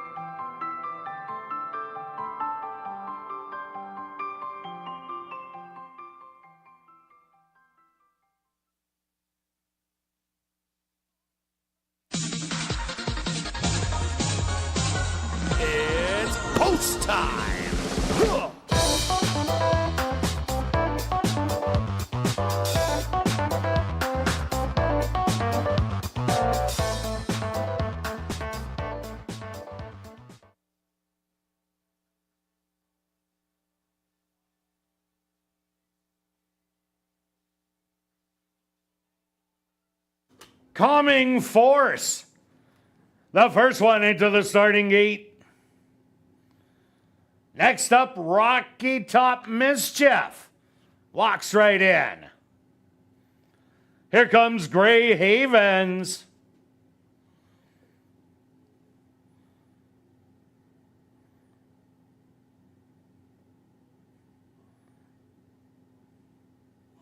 Sergeant Philco's ready to go in.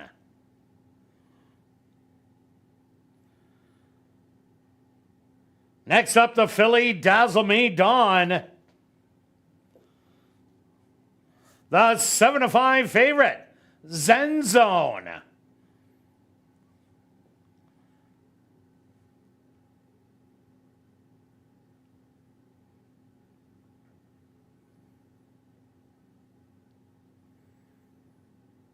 Just 2 left to load. Flying Tex. And now just waiting on Swiss Laker Boy.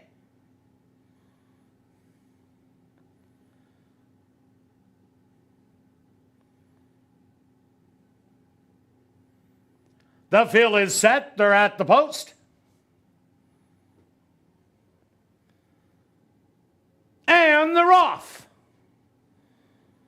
From the middle, that's Dazzle Me Dawn, showing some early speed, as is Calming Force on the rail. 3 wide will be Zen Zone.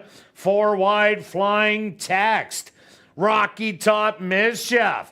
3 lengths off it in 5th. Sergeant Philco. 3 more back.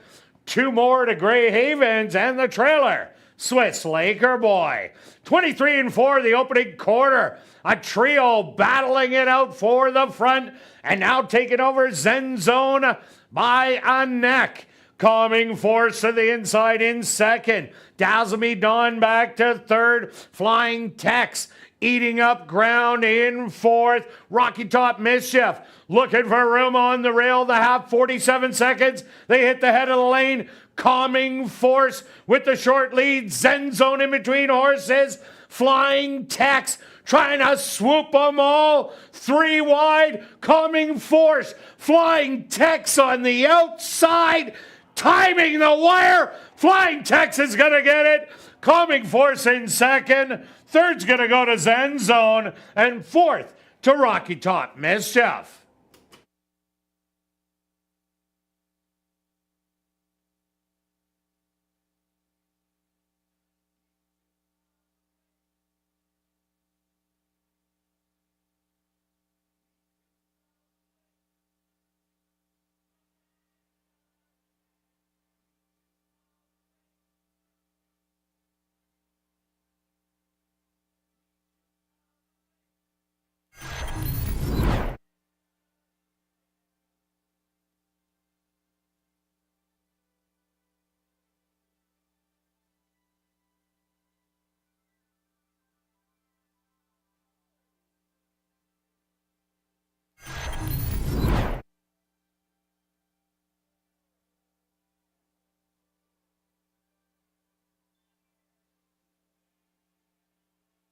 Results of the photo show the winner, number 7, Flying Tex. 2nd goes to number 1, Calming Force. 3rd to number 6, Zen Zone. And 4th to number 2, Rocky Top Mischief.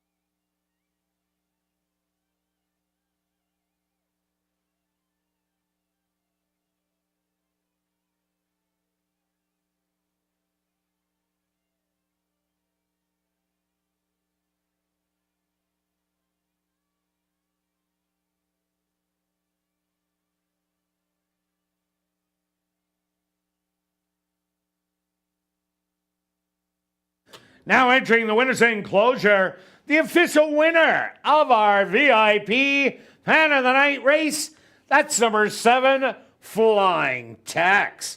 Flying Tex is a big gelding, 3 years old, by Connect. Out of the mare Stranger Ties by Union Rags. Owned by Henry Witt Jr., trained by Jerry Gorno, and ridden to victory by Lenny C. Charn. Time for the 6 furlongs, 1:13-2. Race 5 is official in the upcoming 6th race. Classic High Five Wagering. Scratch number 4, Adams Creed. Late double, Classic High Five Wagering. They'll go to post in 13 minutes.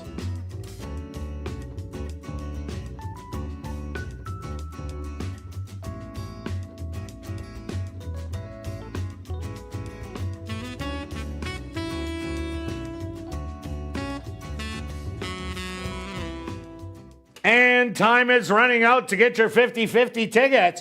The current jackpot, $1,525 or $20, and still growing. Those tickets, 1 for 10, 10 for 20, 50 for 50, or 200 for $100. Get your tickets at Guest Services, the VLT Cashier's Cage, the roaming 50-50 ticket seller, or just go online at 5050.asdowns.com.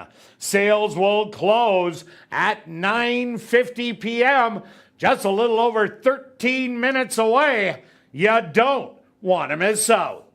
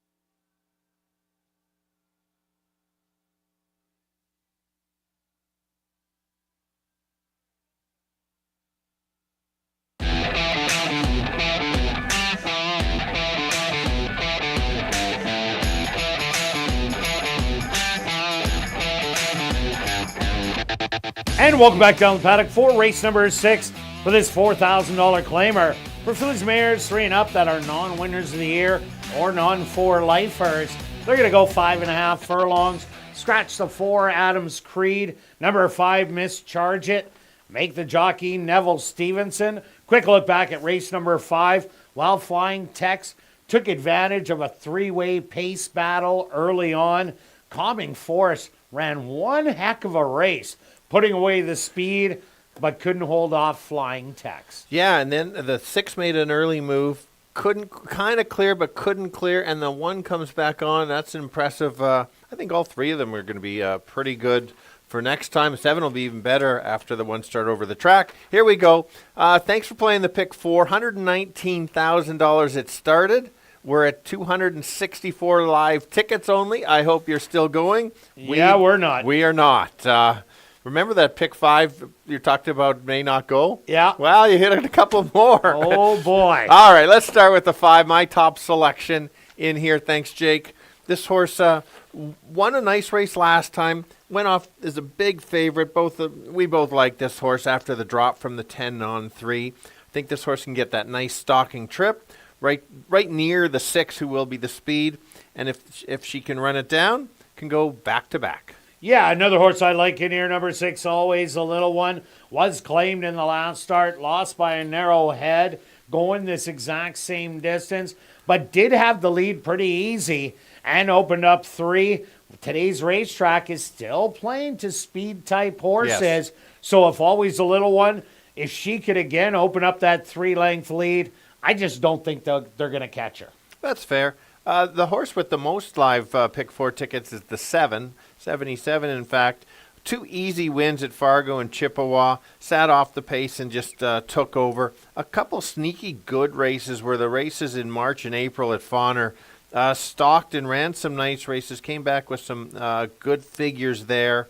We saw early on in the meet the Fawner Park horses were good. This horse just delayed getting here and is in top form. I know it's Fargo and Chippewa, but won it quite easily. Yeah, another horse to look at, number 2, Miss Z. A little bit of a wake-up call last time out after pounding the front end in the previous start and getting beat by East Coast Cowgirl.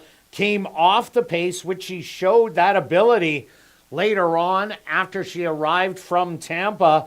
But Miss Z, what a great race last time out. They put the blinkers on. Can't see if the blinkers are on today. If they are, they're dark. Kind of tough to see right there. But Miss Z off that last race, I think she does have a chance at a decent price. That's a great question, Kirt. And of course, they're blocked. I don't think It doesn't look like blinkers right now to she me. does not have them on. Let's take a look at the 3. Good eye there, Kirt. This horse we both liked a bit last time, made a move and kind of flattened. I'm not really sure what happened. Giving this horse another chance. Likes the distance. 3 wins, 3 seconds at the distance. Right trip, could get there. 5-1. That's this type of condition too. If they get that trip, they can win it. Yeah, maybe it was that almost month off Yeah. that was the undoing. And number 1, Russian Pearl, was in that 4-way photo last time out. Sat right back and made the move. Draws the inside in here, which is really important. Did go off at 24-1, but will take money today off that good outing. All right, Stretch, let's go to our wagers. Here in race 6, what do you have? I'm going to play one of your kind of tri-wheels, and you're playing, well, your tri-wheel. Oh, but yeah. 5-7 with 5-7 with the all, and then 5-7, wedge it in there with the 5-7, $1 each, $20. And I'm going 5-6, 5-6 with 1-2. A $1 ticket, only $4. But of course, I do a $5 one for $20. Good luck with all your wagers here in race 6. We'll see you back for race 7.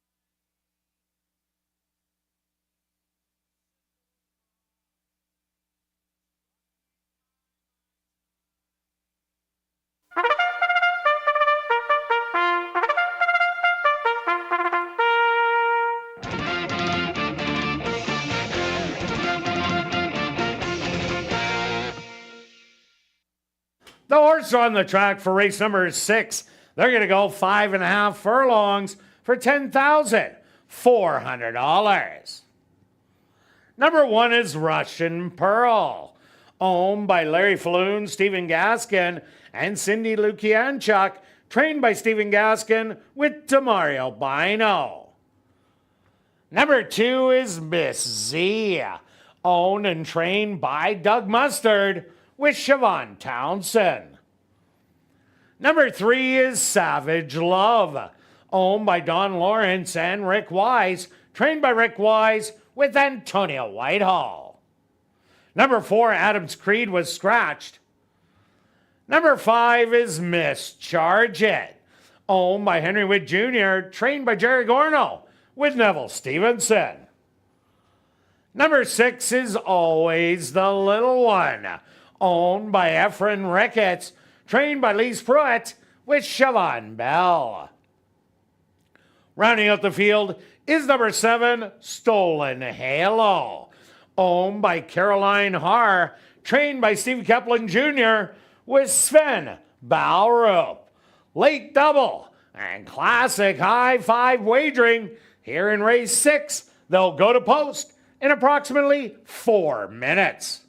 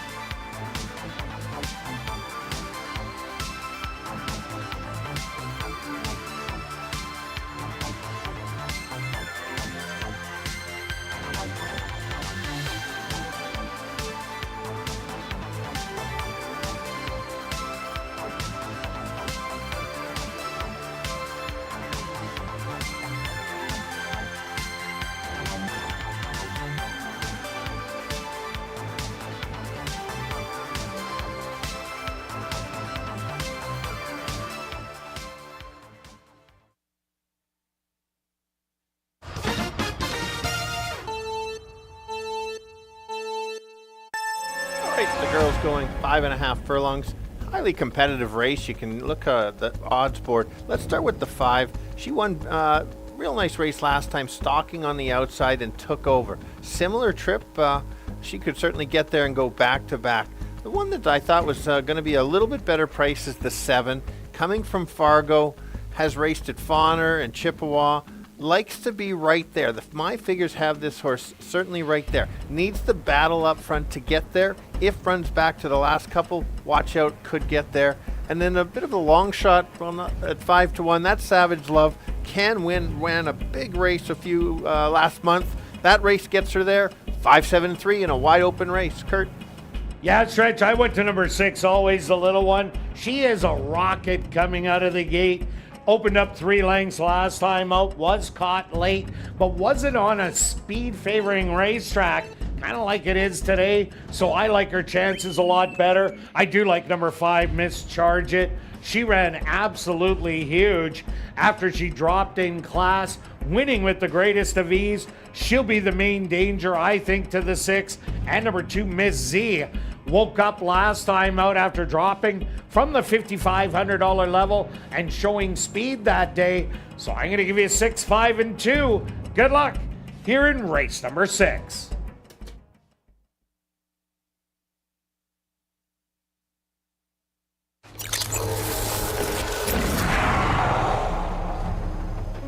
It's now 2 minutes to post time at ASD.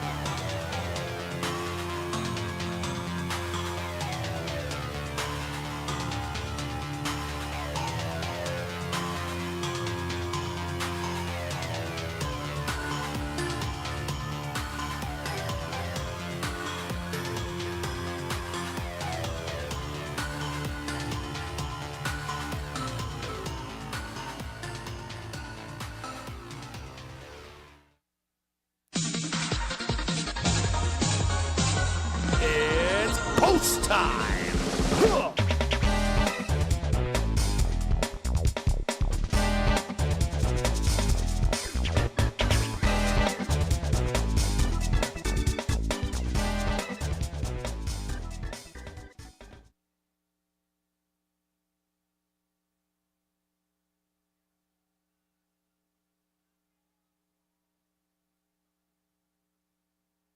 Always the little one will be the first into the starting gate. Russian Pearl, the next to go in.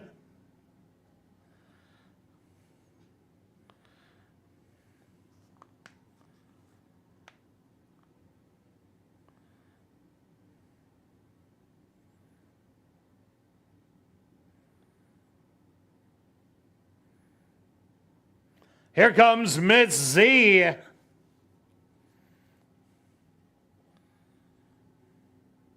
Savage Love's turn. Just 2 left to load. Mischarge It, the current 9-5 favorite. And now just waiting on Stolen Halo to the outside.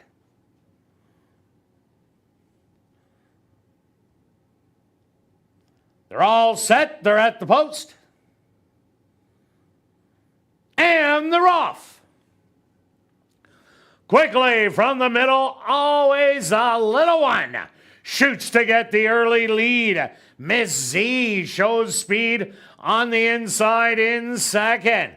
Back to third, Russian Pearl on the rail. Stolen Halo. Fourth on the outside, Savage Love. In between horses and Mischarge It will be the early trailer. 5 off the lead.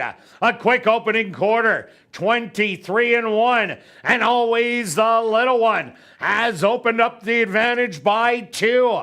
Miss Z hugging the rail in second. Stolen Halo trying to get motivated 3 wide. Hugging the rail, Russian Pearl. Then Savage Love and Mischarge It. They hit the head of the lane.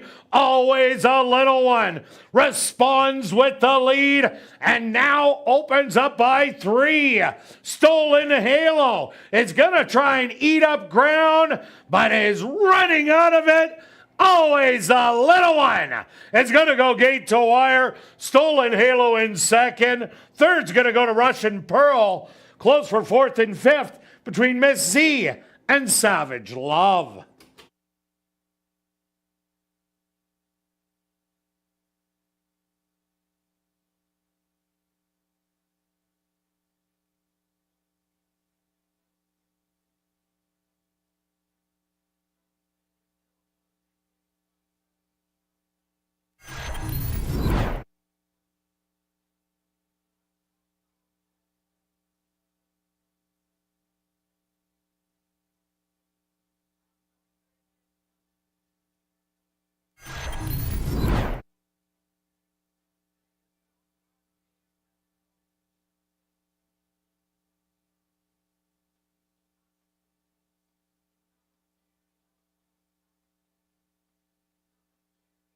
The Stewards are posted number 6, always the little one. As your race winner, second goes to number 7, Stolen Halo. Third to number 1, Russian Pearl. A photograph has been called to determine the fourth place finisher. They went the opening quarter 23-1, the half 47-2. 5 furlongs, 1 minute and 2 fifths. Time for the 5.5 furlongs, 106-4.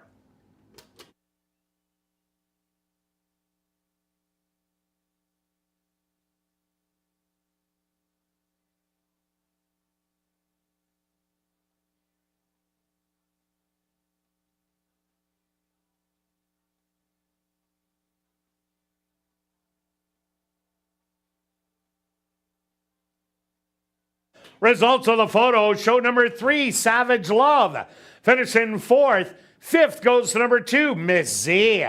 Ladies and gentlemen, please hold all tickets. We have a rider's objection here in race number 6. Antonio Whitehall, aboard number 3, Savage Love, has claimed interference against number 7, Stolen Halo, and jockey Sven Balro. Rider's objection. 3 on 7.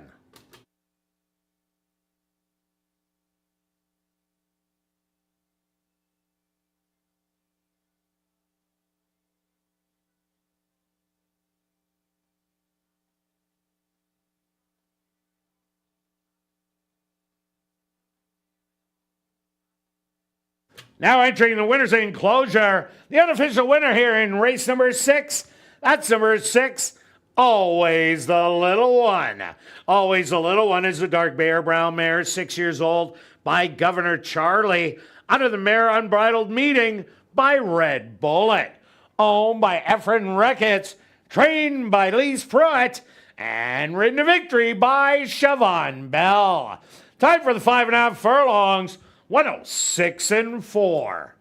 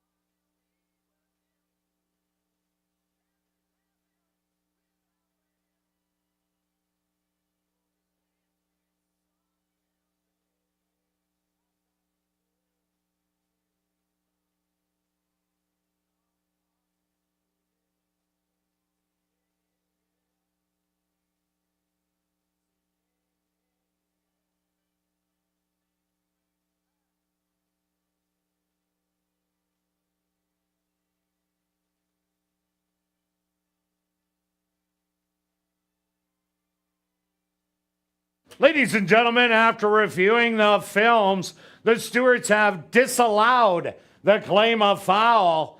6, 7, 1, 3, and 2 will become official.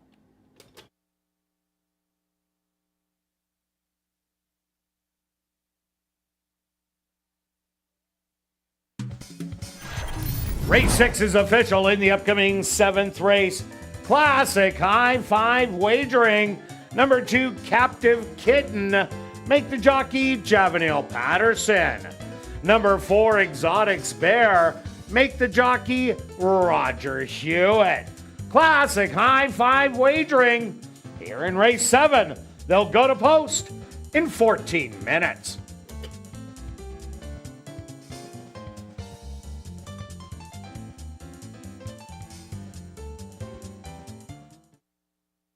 And ladies and gentlemen, we've drawn our winning ticket in tonight's 50-50 draw. The winning number, 2419561. Once again, the winning ticket number in tonight's 50-50 draw, 2419561. Congratulations, you've won $1,020. If you are on hand, please report to guest services on the main floor south end to claim your prize.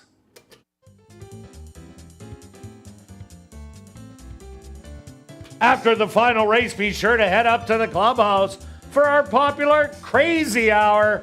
Beer, shots, and wine, just $5 and 25% off all appetizers.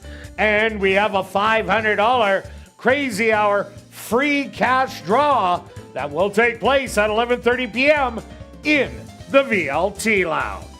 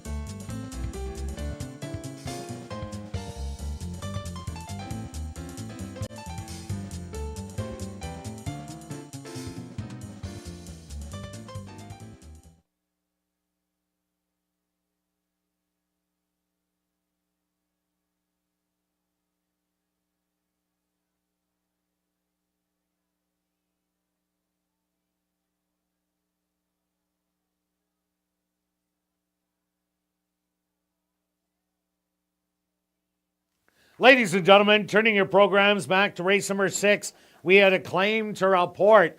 Claim for $4,000. Was your race winner number 6? Always the little one. Claimed by Scott McKenzie and Madison Leonard. Trainer Devin Gittins.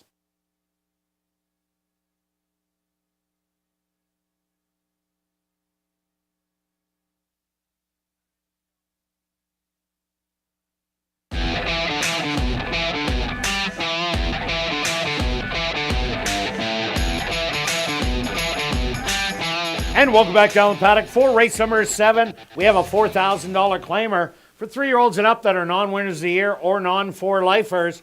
They're going to go 7 furlongs. The 2 Captive Kitten, Javanil Patterson. The 4 Exotics Bear, ridden by Roger Hewitt. Straight to your top selection stretch, Plentiful. Yeah, I'll go to play. It's a sentimental pick. This horse does have the class drops to try to find a level. Only 2 starts this year. Was close the last time. I think this horse is going to sit just off. If there's a bit of a battle, maybe he can get there. Big investment, my top play, the 7. This horse brings big speed to the race. We've been seeing speed do well all night. Why not this one? Getting 10-1. Yeah, let's take a look at the 4. Another price play. I'm looking for prices. If you watched ASD Live, it was wide open for me. Exotic Bear won last time, ran a nice race to get up. 2 back, didn't get out of the gate. Going 7 furlongs. If gets out, should sit close and might get that trip. The 8 Charming Charlie has run a big race last time out at a big price. Drops in class to the 4,000 and just might have a little speed to run at. Yeah, take a look at the 3 beaten favorite the last 3. Doesn't look like it'll be the favorite here. Always in the mix. Probably a good horse to include in your tries. All right, let's go to our wagers here in race 7 stretch. What do you have? $10 on the 5, and I'm starting the show parlay a day early. 20 show on the 5. All right, I'm just going to go 30 to win on the 7, 11 and 9-1. Good luck with all your wagers here in race 7. We'll see you back tomorrow, 6:45 Central for ASD Live.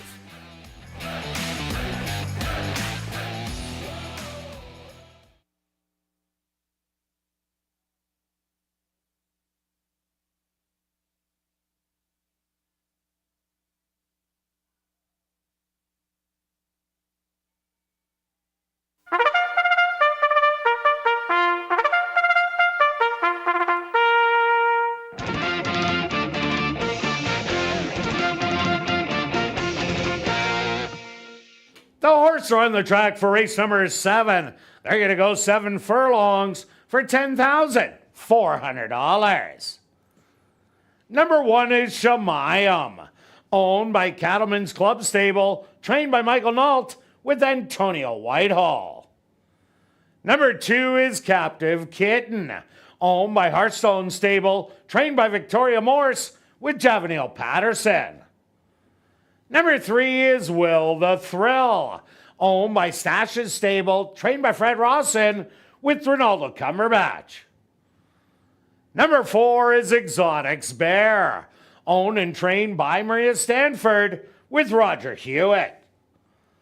Number 5 is Plentiful, owned by Murray Duncan and the estate of Gerald B. Stewart, trained by Murray Duncan with Dwight Lewis. Number 6 is Really Slow, owned by Hearthstone Stable, trained by Victoria Morse with Neville Stevenson. Number 7 is Big Investment, owned by TP Racing, trained by Maria Stanford with Lenny C. Charon. Rounding out the field is the 8 Charming Charlie, owned by Got to Go Stable, trained by Lee Delaron with Demario Bino. Classic high 5 wagering. Here in race number 7, they'll go to post in approximately 5 minutes.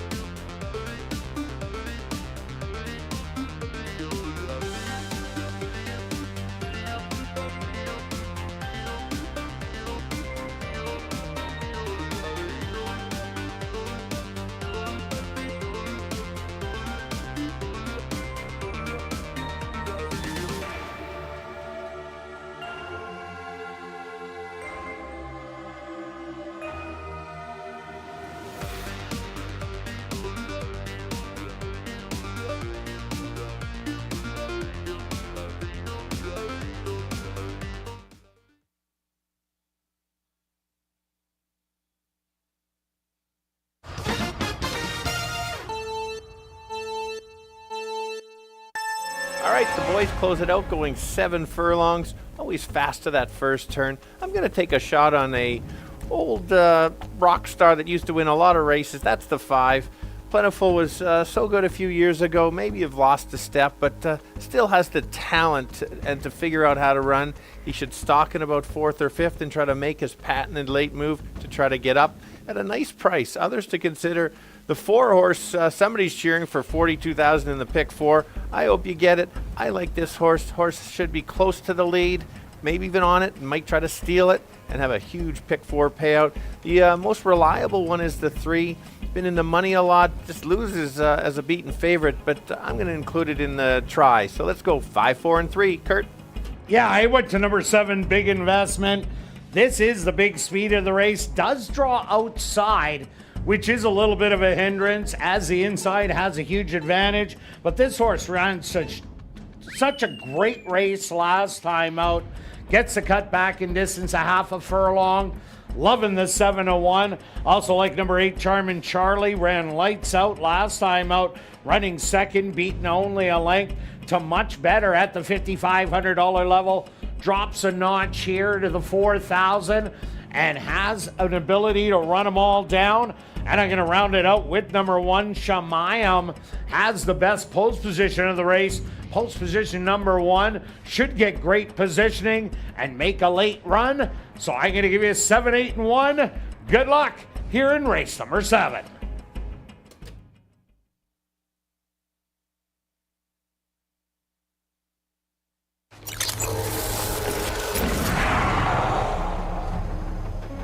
It's now 2 minutes to post time at ASD.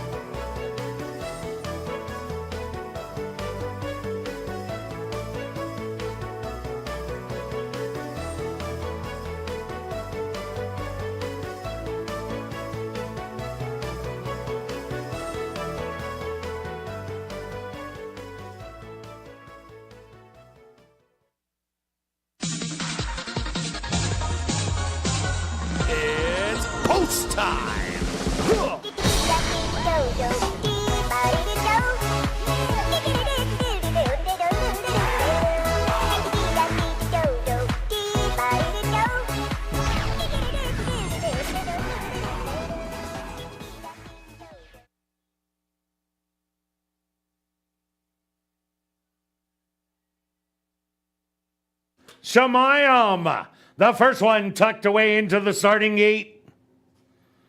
Next up, Captive Kitten. Here comes Will the Thrill.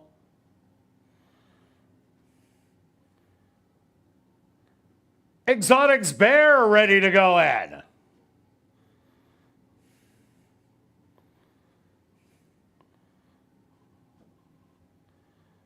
Plentiful walks right in.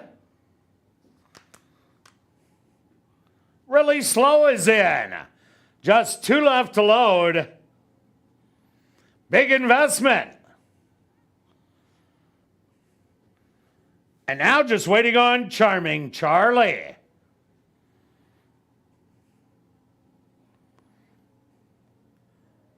They're all set. They're at the post. And they're off. From the middle, Exotics Bear. Out there early, Big Investment. To the outside in second. Will the Thrill. Hugging the rail now in third. Making a big wide move. Really Slow is trying to get up into the pace and now takes the lead over from Exotics Bear through an opening quarter of 26. Will the Thrill in between horses in third. Big Investment on the outside fourth. A gap of a length back to Shemayim. And it's Plentiful and the trailer, Charming Charlie. But it's Really Slow with the lead. By a length and a half, Shemayim now moves up as they sped up the second quarter. In 23 and 2, in between horses, Will the Thrill, Exotics Bear, trying to reel them in, Plentiful, and hugging the rail, Captive Kitten. They hit the head of the lane, 6 across the track, and the rail was wide open, and Captive Kitten found it. Shemayim trying to rally on the far outside, but it's Captive Kitten who's gonna take it at $32. Second's gonna go to Exotics Bear, third to Shemayim, fourth to Plentiful, and fifth to Really Slow.